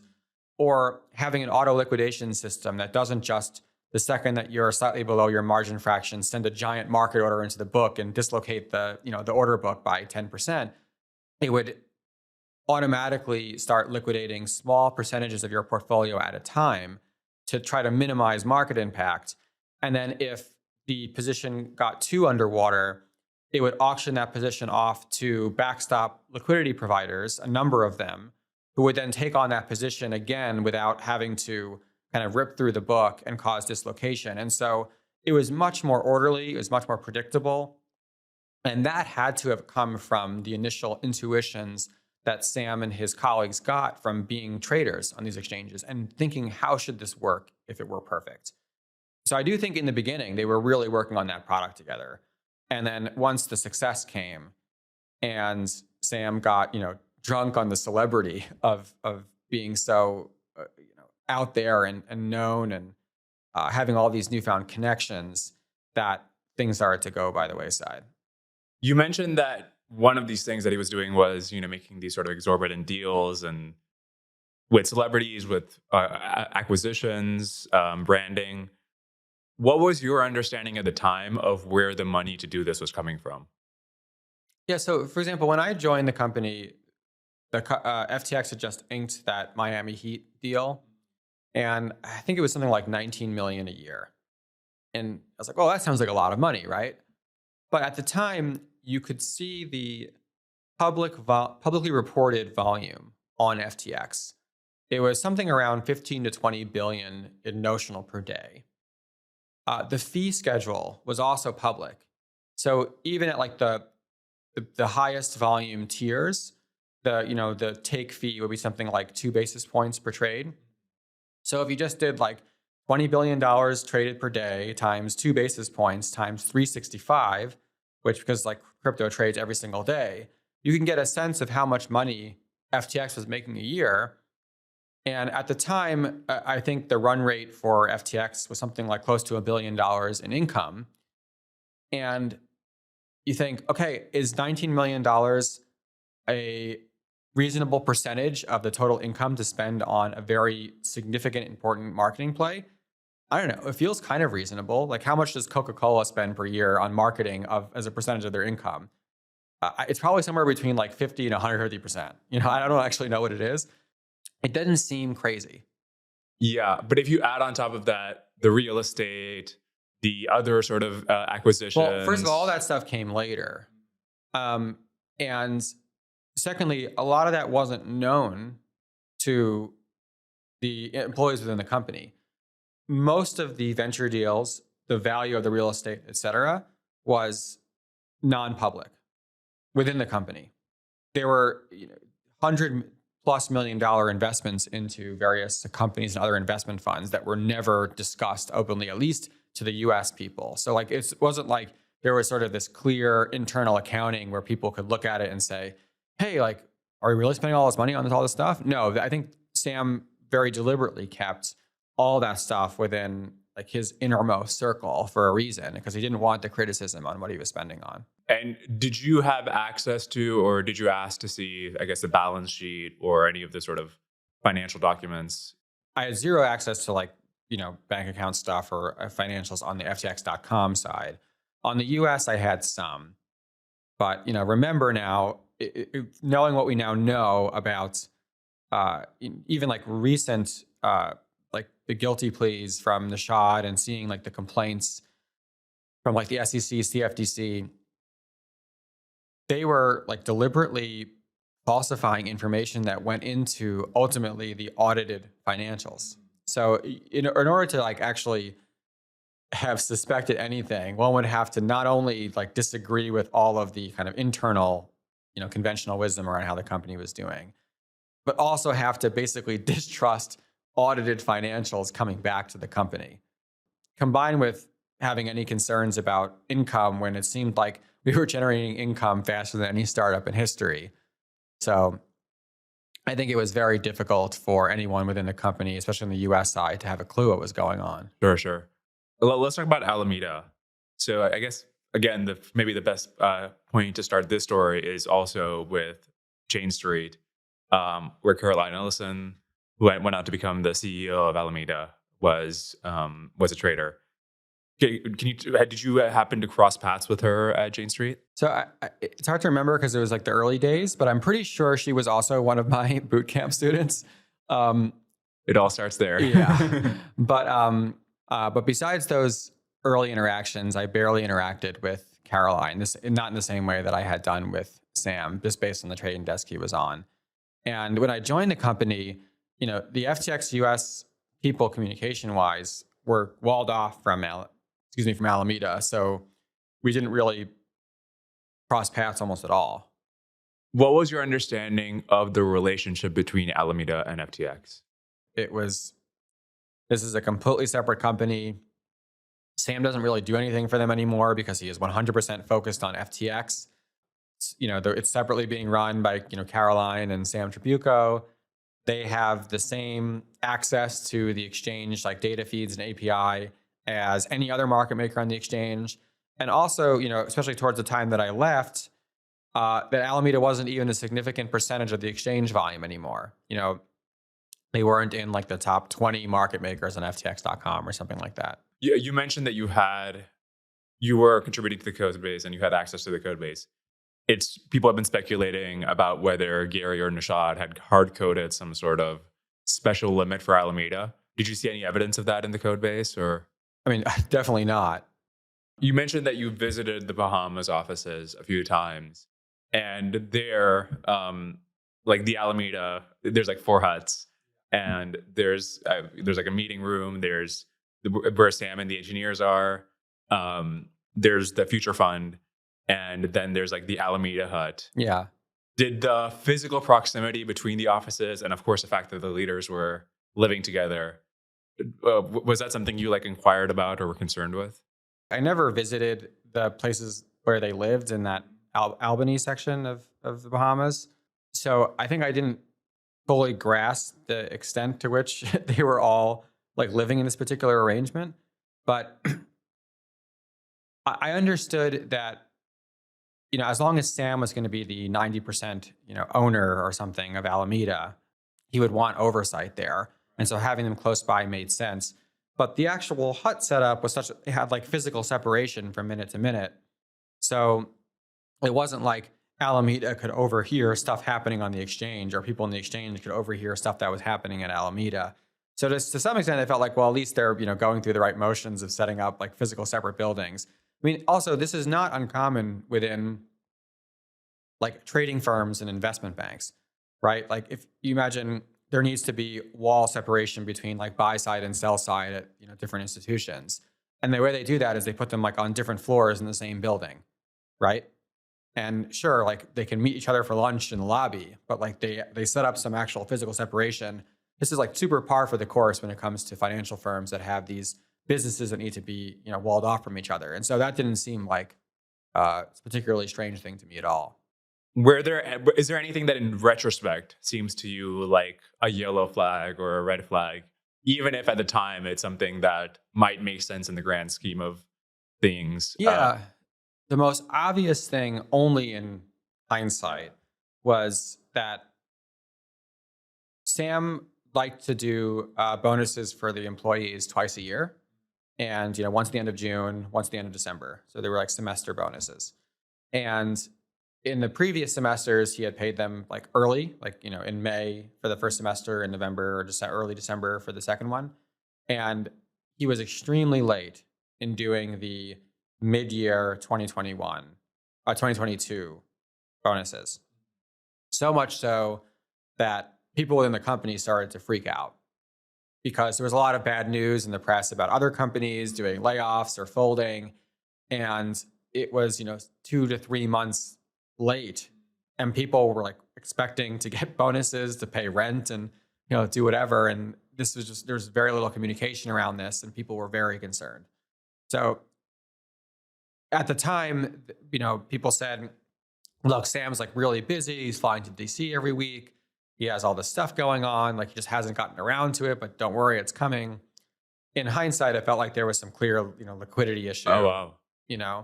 That was probably the most obvious thing. I think everything else is all just things that were red flags about the organization, not red flags about, potential liquidity issues or fraud. Things like, the complete inability to hire, more people, especially on the developer side, not allowing me to like establish separate sort of C-level staff on the US side that would have, authority that was really separate from the ones in the Bahamas. How completely tightly controlled the dev team was around access to the code base and the inner workings of all the exchange, and really wanting to keep that nexus of the developer group in the Bahamas next to Gary and Nishad. Those seem like red flags now. Yep, but not at the time. Did you notice anything weird during the Terra Luna collapse? Because in the aftermath, people have said that that's probably when Alameda defaulted on some loans, and maybe some the sort of like hole dug itself deeper. Really nothing at all. Okay. I mean, maybe that's a function of being here in Chicago and just not seeing a group of people freaking out, but nothing seemed wrong at all. In fact, we started having conversations around, paying out mid-year bonuses a couple weeks later after the Terra announcement, and everything seemed very normal. Sam sent out an announcement to the whole company, basically saying okay, we're going to be paying out bonuses soon. People should expect they're going to be a little bit lower because we have very similar revenue to last year, but we've also grown in size, and also the market is slowing and we need to be a little bit more conservative. So all the signs pointed to things as normal. You said, so you had a thread sort of boiling down this experience on Twitter. And one of the things you pointed out there is that you saw the sort of symptoms of a sort of mental health or issue or addiction issue at the time. Are you referring to these sort of management mishaps and bad decision making, or was there something more that made you come to this conclusion? I think it was more than that. When I knew Sam when he was 21, 22 years old, he was a happy, healthy looking kid who was very positive, very talkative, got along super well with his, cohort of traders. The people on the desk really liked him. When I got to FTX, I think over the course of my time there, I saw someone who was very different than that person I remembered. I think he was angrier, seemed more depressed, more anxious. He couldn't get through a conversation without shaking his leg. That wasn't at Jane Street. He wasn't like that. Not something I remember Okay. at all. He would snap easily. He would not respond to messages for long periods of time. And people had different theories. I mean, people would attribute it to the unbelievable stress of being in the position that he was in, the complete lack of sleep, like his diet, lack of exercise. I mean, people had, plenty of, thoughts about what could be causing it all, but something definitely had deteriorated like mentally and physically about him from who I remembered. If you had to guess, most likely cause of that, what would you say? I don't know. I think that's up for a, professional with credentials that I don't have, but I do think it was probably a combination of everything. The lack of sleep, the stress he probably was under, not just being in his role, but having kept this secret for so many years around, whatever was happening with the holes in the exchange and the lying he was doing to his own employees, to investors, to auditors. Maybe that weighed on him. Maybe it had something to do with his medications. Maybe it had to be just a plain deterioration in mental state or some kind of, personality disorder or a different kind of anxiety disorder. I really don't know. Maybe a mixture of everything. Yeah, got it. You said you gave him a sort of ultimatum letter where you said, unless you change these things, I'm resigning. What were the things you asked that be changed in that letter? Yeah, so the top three things were, one, to communicate more with me in particular. I can probably count on one hand the number of times I had like a one-on-one phone call with Sam, which probably seems insane given like the position I was supposed to be in. I basically said, like, we have to talk every week. It's impossible for me to get anything done if I don't have the authority, but I have the responsibility to be able to push this company forward, and we're not talking at all. So that was number one. Number two was to establish a separate, especially C-level management staff on the US side. If Sam was going to be so busy doing what he was doing, at least he needed to delegate that responsibility to like a set of professional managers who could actually take care of the day-to-day operations within the company. And it felt like things were starting to unravel in the absence of that. And then the third was to grow the tech team and move a lot of the authority and management of that team away from Nishad and Gary so that we could actually spread the knowledge and be able to keep up with a lot of the tasks that we were, assigning ourselves and trying to build out all these new business lines. That pretty much summarizes it. Yeah. How regularly were you talking? I mean, it wasn't regular. I was on chat groups that he was in. And so, occasionally he would respond to something I say on that group. But one-on-one conversations, I think there were fewer than 10 for my entire tenure. Wow. Okay. And that was over a year, right? Year and a half. A year and a half, so about like less than one every 2 months. Yeah. How did he respond to this letter? So it took a little while before we got on the phone, and he went through every point and refuted every one. Starting with communication, he said, I think phone calls are a waste of time. I think that if I, promise people regular phone calls, they will use it to waste my time, and it's not an efficient mode of communication. He said, I think we have the best developer team in the world, and I think anyone who suggests otherwise is completely wrong. And if we add a lot more people to the dev team, if we move them to the US and, move them away from the Bahamas, we're going to be worse as an organization. He kind of ignored the point about separate leadership. I think he hated the idea of giving other people kind of titles that would reflect kind of greater responsibility within the company. And then, so that conversation ended with us kind of not knowing what the future was going to be, because I basically said, like, look, I'm going to resign if you don't fix this. Yeah. He said, we're not fixing anything. And then what happened next was he had deputized another person within the company to come here to Chicago and pull me into a side room and say, you are probably going to be fired for this letter that you wrote. And not only are you going to be fired, but like Sam is going to, destroy your professional reputation. Like, where do you think you're going to be able to work after FTX, after all this happened? And he was threatening me. And then not only that, he had said, if you are going to have any hope of staying, and if you can forget about getting paid bonuses, you need to write Sam an apology letter and show it to me first, because I'm going to edit it and I'm going to tell you what to say. And I said, like, absolutely not. Like, this isn't like a mafia organization. This is extremely unprofessional. And I knew at that point there was absolutely no way I was staying. And it was a matter of when, not if. But what I did know was that, like, I'm still a professional. I'm still loyal to the company. I still believe the company itself had an incredible potential to continue its sort of road of profitability. And I really liked all of my employees here on the US side, and I wasn't going to abandon them. So I sort of thought, like, a 3 to 6 month time period is about standard to take the time to unwind responsibilities, to finish the stocks platform that I was working on, to, get my team in a position where I knew they would be in good standing and they wouldn't be, like, retaliated against after I left. And took the time to do that before officially resigning in kind of the end of the summer and early fall. And did that happen? Like, after you left, did he like try to injure your professional reputation? And he did.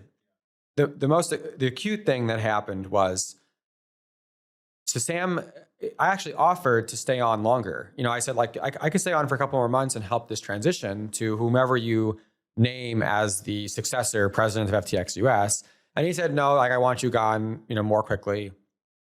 And so I should say he said that, but he was communicating through other people. He wasn't talking to me directly at that point. And so he said, like, I want you gone on September 27th. So, okay, that's fine with me. On September 27th, not only did he announce to the company my resignation, he also announced that he was closing the Chicago and San Francisco offices, and that everyone had to move to Miami. And basically, if, like, they didn't move to Miami by a certain date, they were, like, not going to be at the company anymore. So the employees were distraught. And what I had learned later from several investors and reporters who had talked to me was that when they talked to Sam about my leaving, Sam told them that my leaving was a combination of resignation and firing. And that one of the reasons that I had to leave was because I refused to move my family to Miami. So basically, like, I was constructively fired. That, like, he had closed down this office that I had built, and that, like, if I wasn't going to move, that I had no role left at the company. And so that took a little bit to crawl out from. I had to tell people, like, well, it's completely false. It didn't happen at all. And he was telling people that he fired me. And when he said that, he was still at a sort of, like, peak of hype, so to speak, right? Absolutely. So did the idea of forming Architect have already, you already had that idea by this point? Yeah. Knowing that I was going to leave, I started thinking what I was going to do next, and thought, well, like, if I think I can run a company better than Sam, I should, like, put my money where my mouth is and start a company. Yeah. But I had this, a couple of ideas, and I had this particular idea for Architect, and it was starting to really form kind of towards the end of my time at FTX, but I hadn't started anything. And so finally, like, I left FTX and then took a little bit of time off, and then started to talk to investors about, maybe raising some money for starting this company. And there were a few investors that basically said, like, do you have Sam's blessing to do this? And why do I need Sam's blessing? I've resigned. I don't work there anymore. And they said, like, we really would feel more comfortable if we could talk to Sam first and kind of, like, make sure things are okay, and kind of figure out what he's doing, find out if he wants to invest too. before we kind of talked to you further. And it was impossible to escape the Sam kind of hype bubble, even having left the company. Why do you think they were so concerned about? Were they like trying to invest in FTX in the future, or They were existing FTX investors. okay? And I think it really mattered to them what Sam thought of them. And if they didn't know the full story, and if they were being told that like Sam fired me, then I think they were concerned about, potential conflict investing in me too. Was any part of that because Sam had a reputation as, I don't know, if like an investor invested in somebody he disapproved of, he would get upset in some way, or No, if that happened, I don't know about it, but I think it was just Sam had such a kind of magical hold over the entire industry, from investors to media to politicians, that they looked to him for approval. okay, yeah. So at this point, you've left FTX US and you're starting to work on your own company. And when is this exactly? This is So I left at the end of my official resignation was the end of September. I had stopped working earlier than that, and so I kind of start working on fundraising for the company in October. and then a month later, the thing implodes. So when did you hear the first inkling that there might be some potential trouble? The first thing I heard was the night before the announcement that Binance might be buying FTX. I was just looking at Twitter and just saw all of this fear mongering. It was like, okay, well, CZ says he's selling FTT, and so FTT is going to go down. And people were saying, well, that means Alameda is toast. And then once Alameda goes under, oh, that's going to be a problem for FTX. Pull your funds from FTX. And I was just sort of laughing at this because, whatever, I'm used to people saying things on Twitter that seem nonsensical. And first of all, Sam and Caroline are great traders. If anything, maybe they'll profit from all this volatility and tokens, and they don't understand there's no way anything's going to happen to Alameda. But also, this connection between the price of FTT token and the ability for customers to withdraw their funds from the exchange, this just did not compute for me at all. So I was like, well, this will boil over in a couple of days, like everything else. And the next morning, I was actually busy talking to my own lawyers and investors for the company because we were actually closing up our investment round. Actually, the closing docs for my investment round went out that morning, the morning that FTX announced they were going to be bought by Binance. It was the worst timing in crypto fundraising history. And so I was busy all morning, and then I went, online and checked Twitter, and then saw Sam's tweet that said, what comes around goes around, and we're going to get acquired by Binance. And I don't know, I felt dizzy. I had no idea what was going on in the world at FTX. I just couldn't put the pieces together in my head. It just didn't make any sense to me. So before then, you did not think this was possible, and then so the exact. I kept a bunch of money on the exchange. I was still an equity holder in FTX and FTX US. I was still very, very pro FTX in spite of my experience with Sam. And then how did that week unfold for you? You were, I guess, almost about to close your round. What happened to the round? And then how were you processing the information? I mean, it was a crazy week on Twitter, right? Yeah. The deal falls apart. Understatement. There's bankruptcy, hacking. Anyways, tell me about that week for you. Sure. So, first, the investors, we all had to hit pause. First of all, Architect became, priority number 1,000 on everyone's list. Secondly, a number of those investors were trying to do damage control themselves. They were themselves investors in FTX or FTT. They had companies who part of their runway was held on FTX, or they were expecting to get investment from FTX. So people were just trying to assess what was happening with their own companies. They were not writing checks into new companies anymore. So I had to hit pause on the whole thing. For their sake and for my sake. And yeah, just what could one do in that situation except for just read the news all week? Because everything that came out was something brand new and unbelievable, more unfathomable than the thing before. And it was a mixture of like rumors on Twitter and articles coming out in major media publications and the kind of the announcement of the bankruptcy. It was just information overload, and it was very difficult to parse fact from fiction. And so it was an emotional time. Yeah. Understatement, right? All right. So we've kind of done the whole story of you joining to the company collapsing. I want to do a sort of like overview of, I guess, like what exactly was happening that caused the company to collapse, and I guess the lessons there, right? So, so in the aftermath, SBF has been saying that FTX US is fully solvent. If they wanted to, they could start processing withdrawals. He had a Substack recently in January where he said that it had $400 million more in assets than liabilities. What is your understanding of the sort of relationship between the solvency of FTX US? The short answer is I really don't know. If you had asked me about the solvency of FTX US at the time that I left, I would have said, why are you asking about this? Like, of course, everything's fine. Right. Now, it's very difficult to understand what is going on. I mean, first, the level of deception that was, created by this inner circle of Sam's and now reported through like the various complaints and indictments from DOJ. They were doing things to intentionally manipulate internal records in order to fool like the employees and auditors and investors. So everything's out the window at that point. And then secondly, it sounded like in the week prior to the bankruptcy, there was this like flurry of intercompany transfers. And given all that's happened, it's impossible to say what state we are in now compared to where we were several months prior. So it's impossible to know. Who took over management of FTX US when you left? I'm not sure.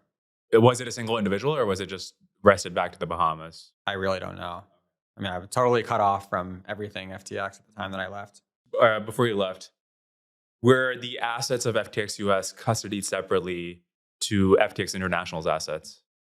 Yes, they were. Okay. So we had like a separate set of bank accounts, separate set of crypto wallets. The exchange itself was like a separate database of customers. It ran in like a different AWS cloud than the one, that the international exchange ran on. Okay, got it. And you had full access to this, and like it checked out basically more assets and liabilities. Right, but remember that the thing that makes them not separate is the fact, and this was completely public, that Sam was the CEO of FTX and FTX US. And Gary was the CTO of FTX and FTX US. And Nishad was the director of engineering for FTX and FTX US. And so as long as there wasn't this like completely separate walled off governance that we were trying to establish while I was there was never going to be perfect separation between the companies. This was like a known problem. And, that's what makes it so difficult to sort of understand the nature of what was potentially happening behind the scenes. So I guess we've been talking about the sort of management organizational issues of FTX. Were these themselves not like some red flag to you that, I don't know, something really weird could be happening here, even if it wasn't like fraud, right? Like these people are responsible for tens of billions of dollars worth of assets, and they don't seem that competent. They don't seem to know what they're doing. They're making these mistakes. Was that itself not something that like concerns you? I mean, it concerned me, and I tried to raise concerns multiple times. If you raise concerns multiple times and they don't listen, what can you do other than, leave? But you have to understand that every company I've ever worked at, and I would think any company anyone's ever worked at, has management problems and growing problems. And especially for a super high growth startup like FTX, it's a very natural progression to have the visionary CEO who brings that product to product market fit, who enjoys that sort of explosive success.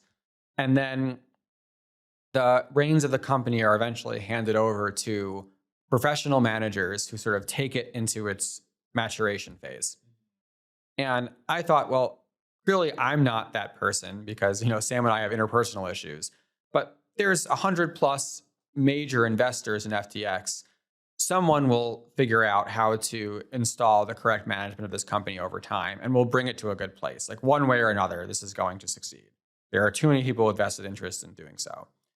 And so, no, I wasn't concerned that, FTX wouldn't somehow figure this out. I still thought FTX had an extremely bright future. But there might be, I guess, these sorts of visionaries.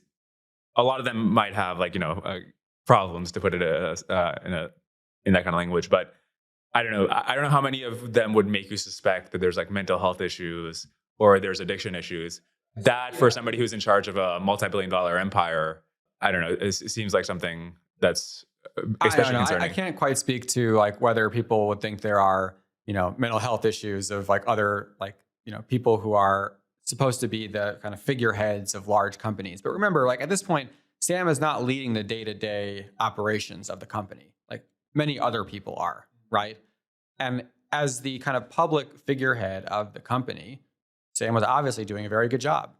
He was extremely successful at raising money. He was extremely successful at building a positive image for the company. And so in that sense, that was all going fine. And the rest of the company was being run by other people. So, I didn't witness anything like, the addiction stuff firsthand. I definitely thought he was not as happy a person as I met, a long time ago. But could you blame a person for, inheriting a $20-30 billion company and, not taking it super well when you're 29 years old? Right. I think so. I mean, you mentioned that, given the fact that all hundreds of accredited investors presumably had done good due diligence, that gave you some comfort about the ultimate, I guess, soundness of the company. But potentially, those hundreds of investors were relying on the experienced high-level executives that SBF had brought on. That is thinking that, listen, if somebody from Citadel and Jane Street is working at FTX, that's a good indication that they're doing a good job. And so in some implicit way, you're lending your credibility to FTX, right? And so I guess, was there just this sort of circle of trust where the investors are assuming if this person who has tons of leadership experience in traditional finance is coming to FTX, they must have done the due diligence themselves. And then you are assuming that the investors have done this. And then so it's nobody's role to be the guy who's this was my job and I was the person in charge of it. Remember, regardless of how experienced or inexperienced people within the company are, regardless of how many or few investors there are, how many senior lateral hires there are, if a very small group of individuals who are very smart and very capable intentionally put forth schemes that deceive people within the company and outside the company about the veracity of records, what can you do? What is one supposed to do in that situation? If the public reporting matches private reporting, if investors have done their own diligence, if we've joined the company and we see nothing wrong within the company from a financial perspective, if we can see the public volume on the exchange and it all matches up with our internal reporting and we know how much fees we'll be able to collect and all that, and it seems like a lot of income compared to our expenses for a 200 or 300 person company, at what point do you go against all of that and say, in spite of the overwhelming evidence to the contrary, I think something is wrong? Yeah. But someone might look at this and say, listen, Brett, you weren't a junior trader who was right out of MIT or something who just joined FTX.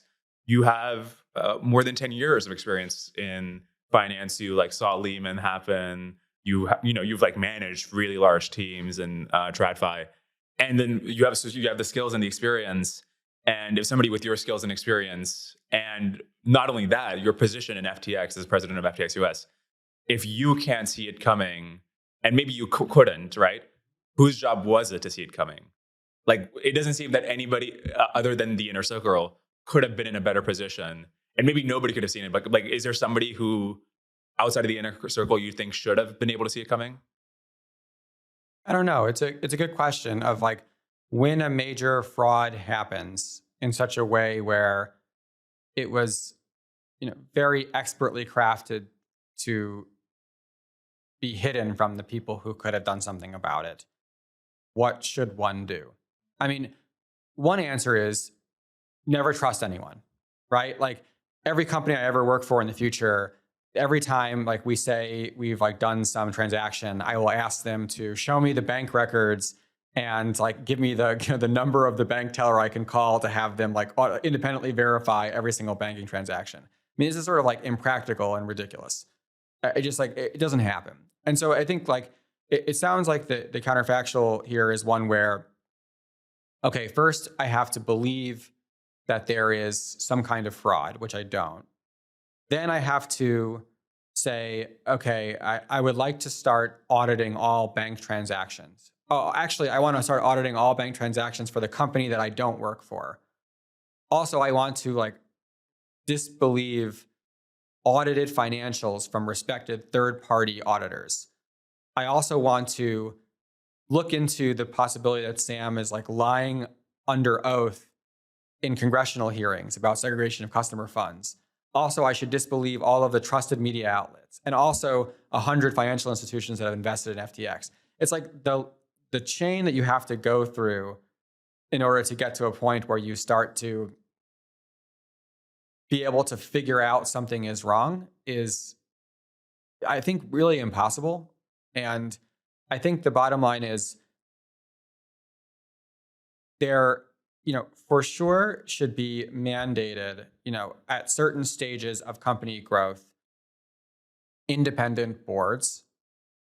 And I think that a lot of that has to do with like where the like nexus of control of the company really is and making sure it's in a place where there is appropriate regulatory oversight and appropriate financial oversight. I think that maybe could have helped, but besides that, I think this is ultimately a job for enforcement. Like people will commit crimes and there's nothing one can do to stop all people from committing all possible future crimes. What one can do is come up with the right structures and incentives so that we can build like a trust-based system where people can innovate and build great companies and people who are bad actors can get flushed out, which is ultimately what I think is happening. But I guess they're not letting you hire people. They're like overseeing, writing the actual code for FTX US from the Bahamas. Yeah. Not something that makes you think like, why are they doing this? It's like a little odd. I just thought it was not the right way to run the company. There's a very large chasm between, I don't think they're doing a good job running the company, and I think that customer funds are at risk, right? Yeah, fair enough. What should someone who sees bad organizational practices, there's no board, they're making a ton of really weird investments and acquisitions, and not only that, like most importantly, they are responsible for managing tens of billions of dollars worth of other people's assets. What should somebody do when they're seeing all this happening? I mean, obviously it's like very admirable and that you put this in like writing to him, you gave it to him, and then you resigned when he refused to abide by it. But so maybe the answer is just that. But like, is there something else that somebody should do? I would say within any company, and I would expect that like the overwhelming majority of companies, if you see bad management, it does not imply fraud. But there's lots of places with bad workplace culture and people are making bad management decisions. And it should be that if find yourself in that position, there is someone you can go to talk to. It might be your manager. It might be your manager's manager. It could be someone in your HR department. But there should be like a designated person within the company for you as an employee that you have a safe space to bring complaints about the workplace and about the company strategy. And then you should see how they handle it. Do they take it seriously? Do they make changes? Do they look into the stuff you're talking about? Do they encourage, cooperative, positive discussion? Do they threaten you? Do they retaliate against you in some way? Do they start excluding you from conversations? Do they, threaten to withhold pay? Like if you're in that latter camp, what do you do at that point? It's easy for me to say, and I've been in fortunate positions within companies and have personal flexibility. it might not be so easy for the average person to sort of get up and leave a job. But I do think that at some point you have to start making plans. Because like, what can you do in the face of a giant organization that you disagree with other than leave? Let's talk about regulators and your relationship with them while you were at FTX. I mean, obviously, as head of FTX US, I imagine you were heavily involved with talking to them.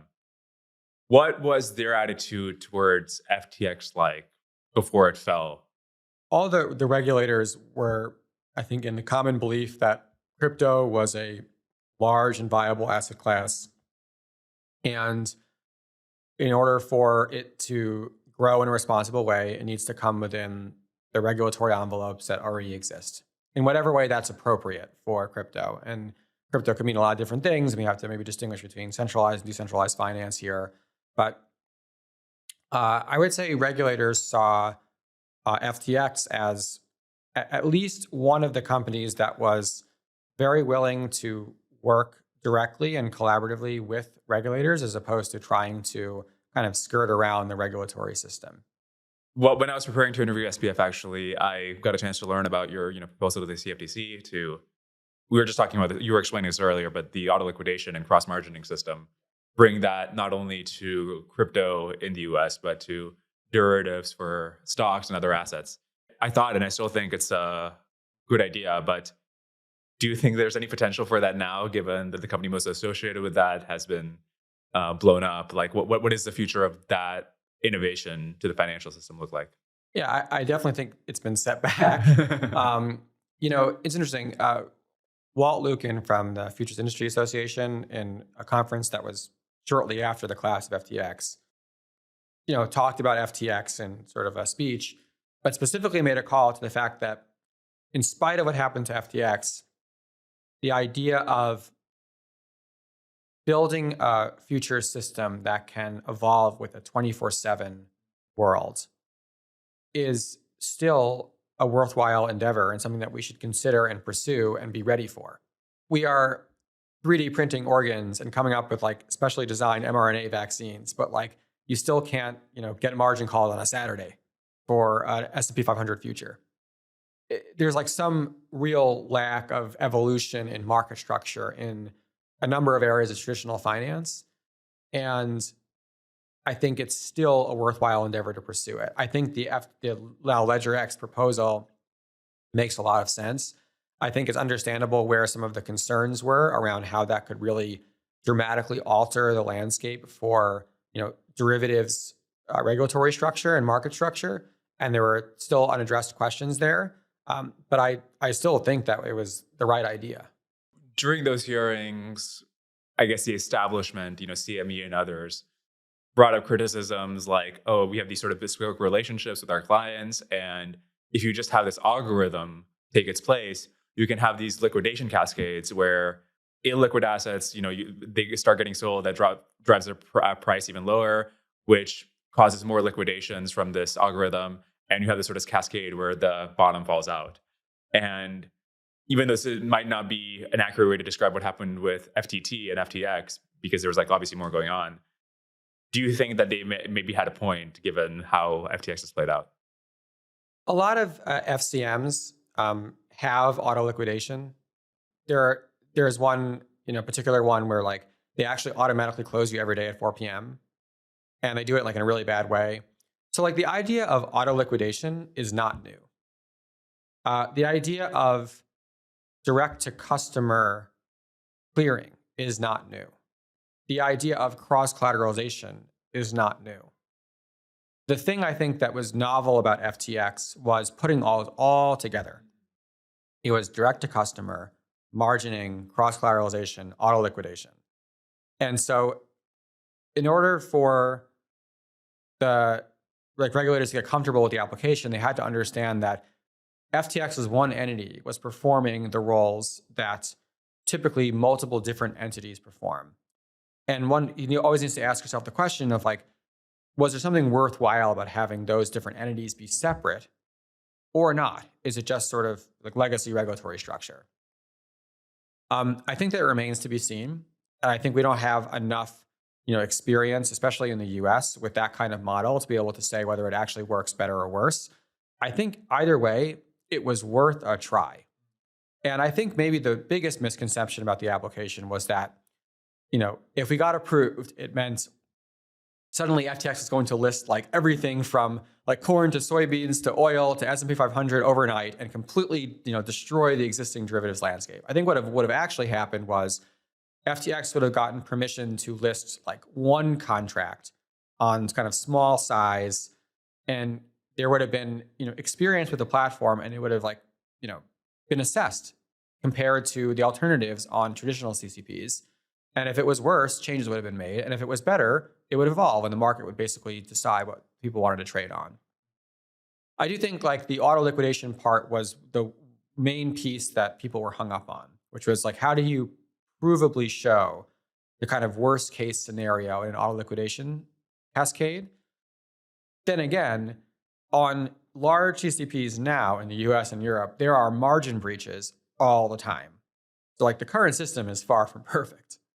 Backing up to, I guess, regulation more generally, I mean, many people saw crypto as a sort of regulatory arbitrage where, because regulations are so broken in finance, I guess evidence would be that you're not allowed to do this manually, right? You had to go through this lengthy approval process if you're a giant company to begin with. The entire point of crypto was to get around the regulators and not go through them to get approval for things and hand over that kind of approval process to them. Do you think that working with the regulators and then also being part of crypto was a sort of like it kind of defeated the point of crypto? Or I think I disagree with the premise. Like, I don't think the point of crypto is regulatory arbitrage. I think while crypto remains unregulated, it is easier to get some things done in crypto than if it were regulated. That's sort of like tautological. I also think that most people, especially on the institutional side who trade crypto, believe that we are in a temporary state that cannot last forever, which is that crypto is largely unregulated or has a weird patchwork of, regulatory authority. Maybe it's like the 50 state regulators in the US, or it's some combination of like, money transfer and, CFD or broker dealer activity in Europe. So I think it's absolutely a worthwhile endeavor, knowing that there's going to be some regulation for at least part of the crypto ecosystem, to work with regulators to make sure that it's done well. one very important question about the whole FTX thing is like, what did the conventional narrative about how it went down and why it went down, what did it get wrong? Given that you were on the inside, like, what do you know was different than what has been reported? I actually think not much. And I think the reason for that is, typically when something like this goes wrong and it becomes this media frenzy, there's like plenty of opportunity for misinformation to spread. But to the credit of the investigators working on this case, they moved so quickly that, they had, unsealed indictments within 2 months of this going down. And so having kind of a lot of the sort of the truth, being able to be spelled out in facts in a public written document, I think quelled a lot of the opportunity for misinformation to proliferate. And whether that's from like a Twitter troll or if it's from Sam Bankman-Fried himself, trying to like spread misinformation about what happened, I think a lot of it wasn't really given the room to breathe. What did you make of his press tour in the aftermath? Why did he do it? And what was your impression of it? I'm not going to really speculate what's inside Sam's head. I think Sam had built up his empire through partly his control over media. And he did that by being available all the time and being, ostensibly open and honest with them all the time. And probably thought, why can't the same strategy work now? And maybe I can sway public opinion. If I can sway public opinion, maybe I can sway, regulators and, law enforcement. And it turns out that is definitely not true. So I don't really know. Or it could just be an addiction to the media. He couldn't stand people talking about him and him not being part of the conversation. Yeah. And I guess the earlier account you gave of his day-long media cycles kind of lends credence to that mentality. I have a question about the future of the people who are at FTX. There's many different organizations who have had their alumni go on to have really incredible careers in technology. Famously, PayPal had a mafia, so-called mafia, where they wanted on to found YouTube with Elon Musk, SpaceX, Tesla. So many other companies came out of the people who came out of PayPal. And Bern Hobart has this interesting theory. The reason that happens is when a company exits too fast, you still have these people who are young and ambitious in the company who go on to, do powerful things with the network and the skills they've accumulated. Do you think that there will be an FTX mafia? The number of the most talented people within FTX are leaving FTX in a slightly different position than the people exiting PayPal at acquisition. I would say they're in positions more like actual mafia people. But so I'm not sure it's going to be like some giant FTX mafia, but I do think there are like a ton of talented people at FTX who are going to look to do something with their careers. And also a lot of those people, came from very impressive backgrounds prior to FTX. So I expect them to want to continue to, get back on track and build something great. And so I do think you're going to see at least a couple of people who emerge from this and do something really great. That's a good note to close the FTX chapter of the interview on. Sure. Let's talk about Architect, your new company. Do you want to introduce people to what Architect is doing and what problem it's solving? Sure. So the goal of Architect is to provide a single unified infrastructure that makes it really easy for individuals and institutions to access kind of all corners of the digital asset ecosystem, everywhere from individual crypto spot exchanges that are centralized to DeFi protocols to qualified custodians and self-custody and everything in between. Yeah.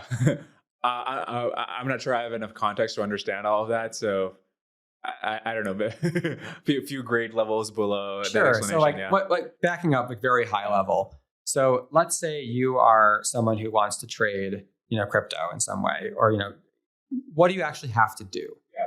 So imagine you want to do something slightly more than just sign up for Coinbase and click the buttons there.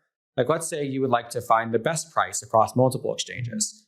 Let's say that you not only want to find the best price across multiple exchanges, you also want to occasionally do borrow and lending from DeFi.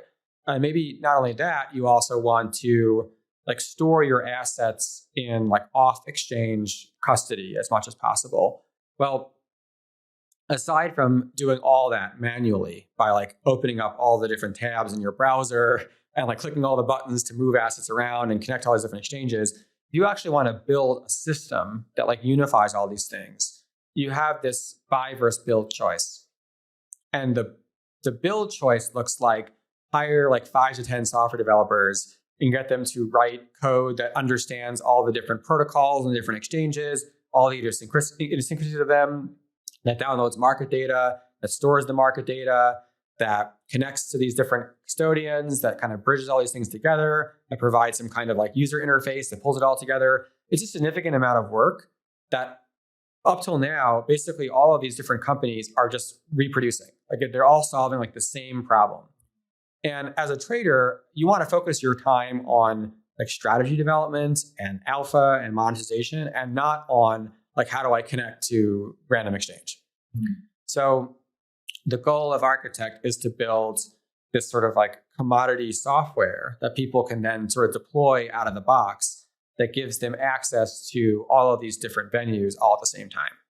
And so it sounds like this is a solution for people with significant levels of assets and investment in crypto. I'm assuming it's not for...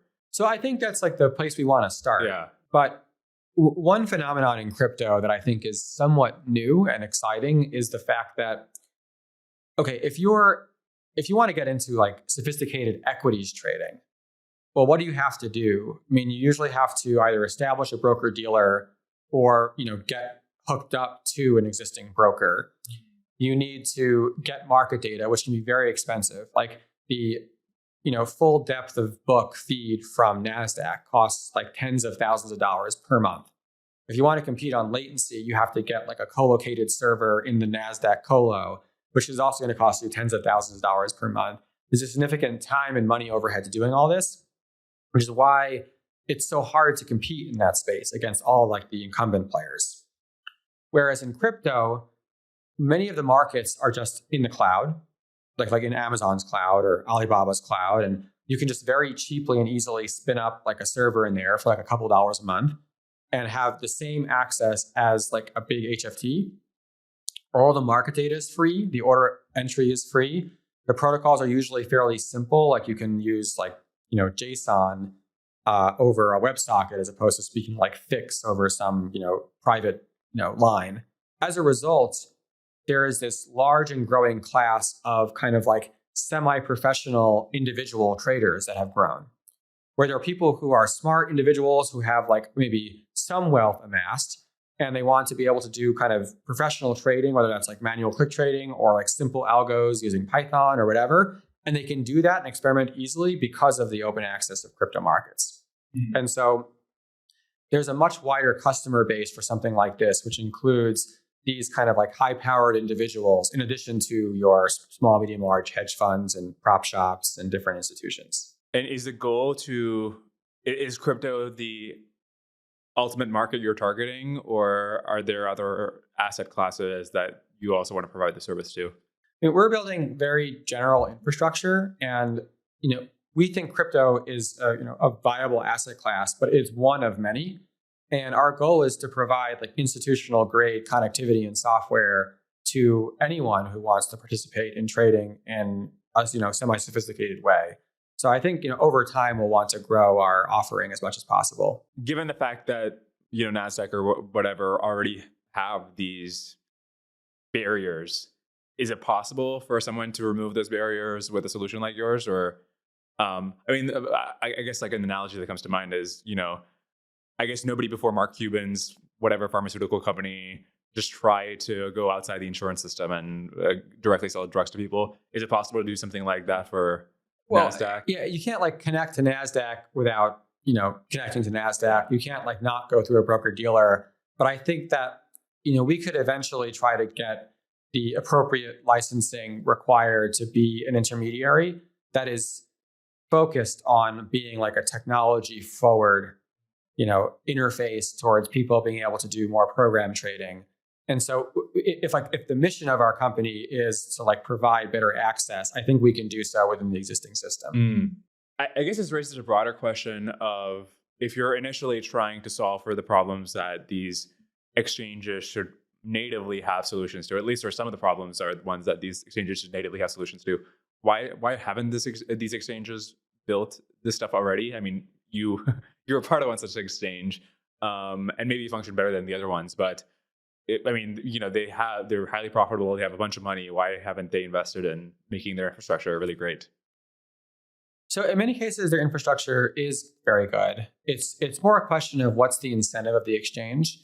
And I think no matter what, no single exchange is going to have all of the market share. So there's always going to be this like market fragmentation problem. And the question is, whose responsibility is it to make software that helps solve that problem?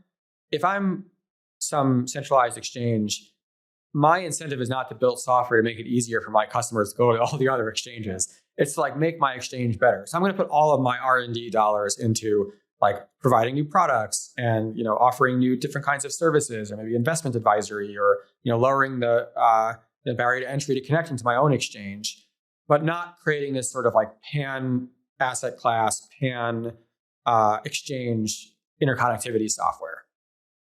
Got it. And given the fact that you're trying to connect these different exchanges, I mean, currently most of the volume in crypto is in centralized exchanges. What is your estimate of the relative trading volume of CeFi versus DeFi? Do you think it'll change over time? So I do think it'll change over time. I think my view is I can't predict what way it's going to change. So, people after FTX had asked me like, hey, why don't you try to start your own exchange? Like take all your knowledge from FTX US and, maybe even like raise money to buy the IP out of bankruptcy and like start a new exchange. And my feeling is I don't want to bet personally on the exact direction of crypto trading. like I could see it continuing status quo where like your Coinbases and Binances of the world kind of maintain market share. I could see it moving significantly to DeFi, where people feel like this is the true spirit of crypto. It's in this sort of non-custodial, like fully decentralized trading environment.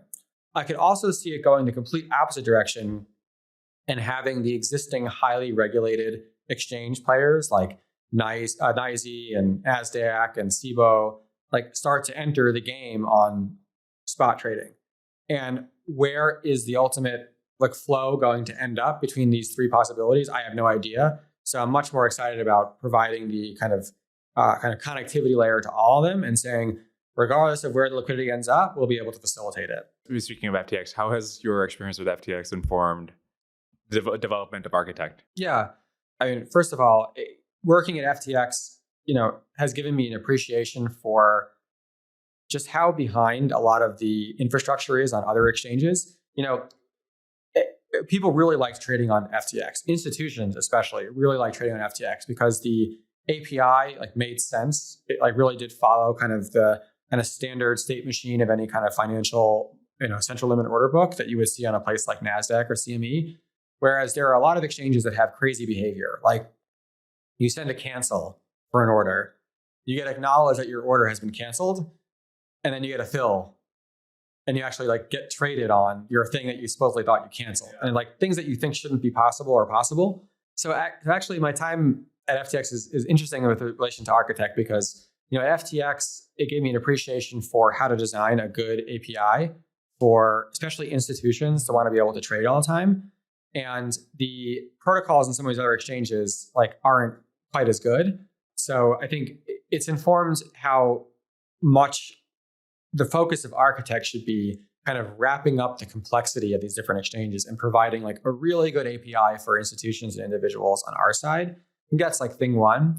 Thing two is obviously with what happened with FTX, people are much less likely to trust a centralized institution with their personal information, especially things like the keys that allow you to trade on their exchange account or the keys that give you access to their wallet. And so we're thinking a lot about how to design Architect such that the user can connect to all these places and hook up their wallets without needing to ever give us any of their private credentials. And so that's like another particular inspiration from everything that's happened at FTX. What is your opinion of crypto in general at this point? Like, how has your sort of perception of its promise changed, if at all, given the things? Yeah, I mean, I feel the same way now as I did then, which is it's a $1 to $3 trillion asset class that is traded by every major institution, that is being invested in by every major institution, and so it's totally viable, and it needs good, mature infrastructure to support its growth. Got it. But is the motivation also informed by a view that, I don't know, crypto is going to be even bigger or in some way going to solve really big use cases? Or is it simply that like, listen, this market exists, I don't know what it's going to be good for, but it needs this solution? It is. I think, I certainly do believe that is like a likely future for crypto. But to me, like the interest in it starts with knowing that this is a huge asset class with like that needs better infrastructure for trading it. And in the aftermath of FTX and other things, I mean, all crypto companies have like a special scrutiny on them, and fairly or unfairly, if there's like FTX alumni, it'll be even more so. Like, how are you convincing potential clients, investors that there's crypto is safe, FTX alumni are safe? Yeah, on the FTX alumni side, I just personally haven't had those issues really. In like recent months as we've been building out Architect, I hired like 3, almost 5 now employees from formerly at FTX to come work with me. But by the way, is that like some sort of arb basically that the overall hiring market is overcorrected on them or something? 100%. Yeah. And not just an FTX. Like right now, like it is, March 2023 as we're recording this, like there's like a huge arb in the hiring market. I mean, all the layoffs in tech and crypto, all of like the fear around various financial services means that like we basically didn't need to work on recruiting. I had like the best people who worked for me at FTX US. I had, ex-colleagues of mine, from former jobs like come work with me here. And we actually didn't have to do any formal recruiting efforts because of just how much supply there now is on the job market for, especially in tech and finance. Luckily, I've had a long career history prior to FTX. And even at FTX, we built really great stuff. We had a very good connections, relationships with our customers and our investors. There would be times where like on Twitter, I would answer like a, customer's, support question at 2:00 in the morning. And I maintained a lot of those relationships even through the collapse. And these are the kinds of people who are reaching out, like offering support, like offering to test out stuff, who want to be customers, who are also having problems with existing crypto tools and looking for something better. So all that stuff has remained intact. So I don't really have a concern there. What is institutional interest in crypto like at this point, given what's happened? I think it is just as great as it was before. Every major investment bank in the US has announced some plan to do something with blockchain technology still, even post FTX. The top trading institutions of the world are all continuing to trade it. I think as of what we're speaking about right now, volumes are down because people are sort of generally fearful. But I expect that to turn around pretty quickly. And the institutional interest still remains really high. People are definitely expecting and waiting for proper regulatory oversight, especially in the US. That's still happening. People are waiting for higher grade professional tools that make it safe for them to trade and invest in crypto. I think that's obviously in the works for various things, Architect and otherwise. But otherwise, the interest is all completely there. A broader question somebody could have about crypto at this point is, or maybe not crypto generally, but crypto trading is, why is it good to have more crypto trading, at least with stocks and bonds and other kinds of traditional assets? As we were talking about earlier, you can tell a story that, listen, it helps capital allocation, projects that need funding will get funding, and so on. Why is it good if the price of Bitcoin is efficient? Why is building a product that enables that something that's socially valuable? I mean, I think it boils down to, first of all, do you think it's important for people to be able to trade commodities? How important is it for the world that people can, trade gold efficiently, or they can trade oil efficiently? I think the answer is, if people have a use for the underlying commodity, then it's important. And so what's the use of crypto? Well, I think each crypto token might have its own use. I don't think everyone has a good use. I think that there's a bunch that do. But if you believe in Bitcoin as sort of a store of value and a great medium of exchange, then it's important that there's a good fair price for Bitcoin to enable that. If you think that the Ether token is important for the gas fees required to run a decentralized computer, and you think that the programs running on a decentralized computer are important, then it's important for there to be a good price for Ether that's fair. So I think it really depends on if you kind of believe in the underlying use case at all, in the same way you would for kind of any commodity. Got it. And sometimes there are tokens that have more security-like properties where they are like trading Apple stock.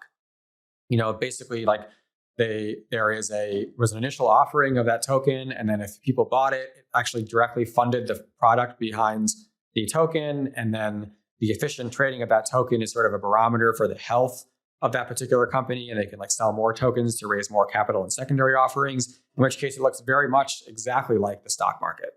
That's a great lead into the next question, which is, will there ever be a time when things that are equivalent to stocks or other kinds of equities will be traded on chain in some sort of decentralized way? I think it's likely. I think the primary reason is that existing settlement systems in traditional markets seem to be very slow and built on very outdated technology. That's highly non-transparent and very error prone. So equities are a prime example of this. It still requires 2 business days to settle a stock. And a frequent occurrence when I was at trading firms was that, you would get your settlement file that 1 told you what trades were settled, and 2 told you things like if any corporate actions had occurred overnight, like paying a dividend or a share split, and they would frequently be wrong. like the dividend would be wrong or would be missing, or like the share split amount was for the wrong amount, or they missed the day that it happened, or they messed up some trades, didn't get reported properly. And there's just frequently mistakes. And it feels like there should be some like easy, transparent, kind of open, decentralized settlement layer for like all things that you can trade. And rather than try to retrofit the existing settlement technology to be faster and better, starting from scratch with something like blockchain could make a lot of sense, which is why you hear about a lot of like these investment banks working on settling fixed income products on chain, because fixed income products have like even worse settlement cycles than equities. Should the marginal crypto trader stop trading? Like, maybe this might also be a good question to ask about like the marginal trader for, I don't know, on Robinhood or something. But I have a couple of thoughts about this. So the first is that I don't think crypto markets are as efficient as equity markets. yeah, So there's probably more opportunities for short and long-term edge as a trader in crypto than there would be in equities. That being said, I think there's still an enormous amount of room in both like traditional and crypto markets for even individuals to have and derive information that gives them profitable trading ideas. And I actually think it's the wrong conventional wisdom to think that if you're not Jane Street or Citadel or Hudson River or Tower or Jump Trading, then you have no chance of being able to profit in markets except for luck. I do think there are a lot of people who trade and it's like pure speculation. It's not really like on me to tell them that like they shouldn't speculate. They probably like derive some personal enjoyment from speculation besides the opportunity for profit. But I do think the access to more sophisticated instruments and information has helped what have traditionally been, players that have been unable to compete in the market actually be able to do so in a way that's sort of systematically profitable. Okay, so that is, I think, a good point to end the conversation. We got a chance to talk about a lot of things. Let's let the audience know where they can find out more about Architect, and also like where they can find your, Twitter and other sorts of links. Sure. Yeah. So Architect's website is architect.xyz. Mm-hmm. We also have architect_xyz on Twitter, and I'm Brett Harrison 88 on Twitter. Okay, perfect. Awesome. Brett, thank you so much for being on the Lunar Society. This was a lot of fun. Thank you so much. Hey, everybody. I hope you enjoyed that episode. Just wanted to let you know that in order to help pay for the bills associated with this podcast, I'm turning on paid subscriptions on my Substack at dwarkeshpatel.com. No important content on this podcast will ever be paywalled, so please don't donate if you have to think twice before buying a cup of coffee. But if you have the means and you've enjoyed this podcast or gotten some kind of value out of it, I would really appreciate your support. As always, the most helpful thing you can do is just share the podcast. Send it to people you think might enjoy it, put it in Twitter, your group chats, etc. Just blitz the world. Appreciate you listening. I'll see you next time. Cheers.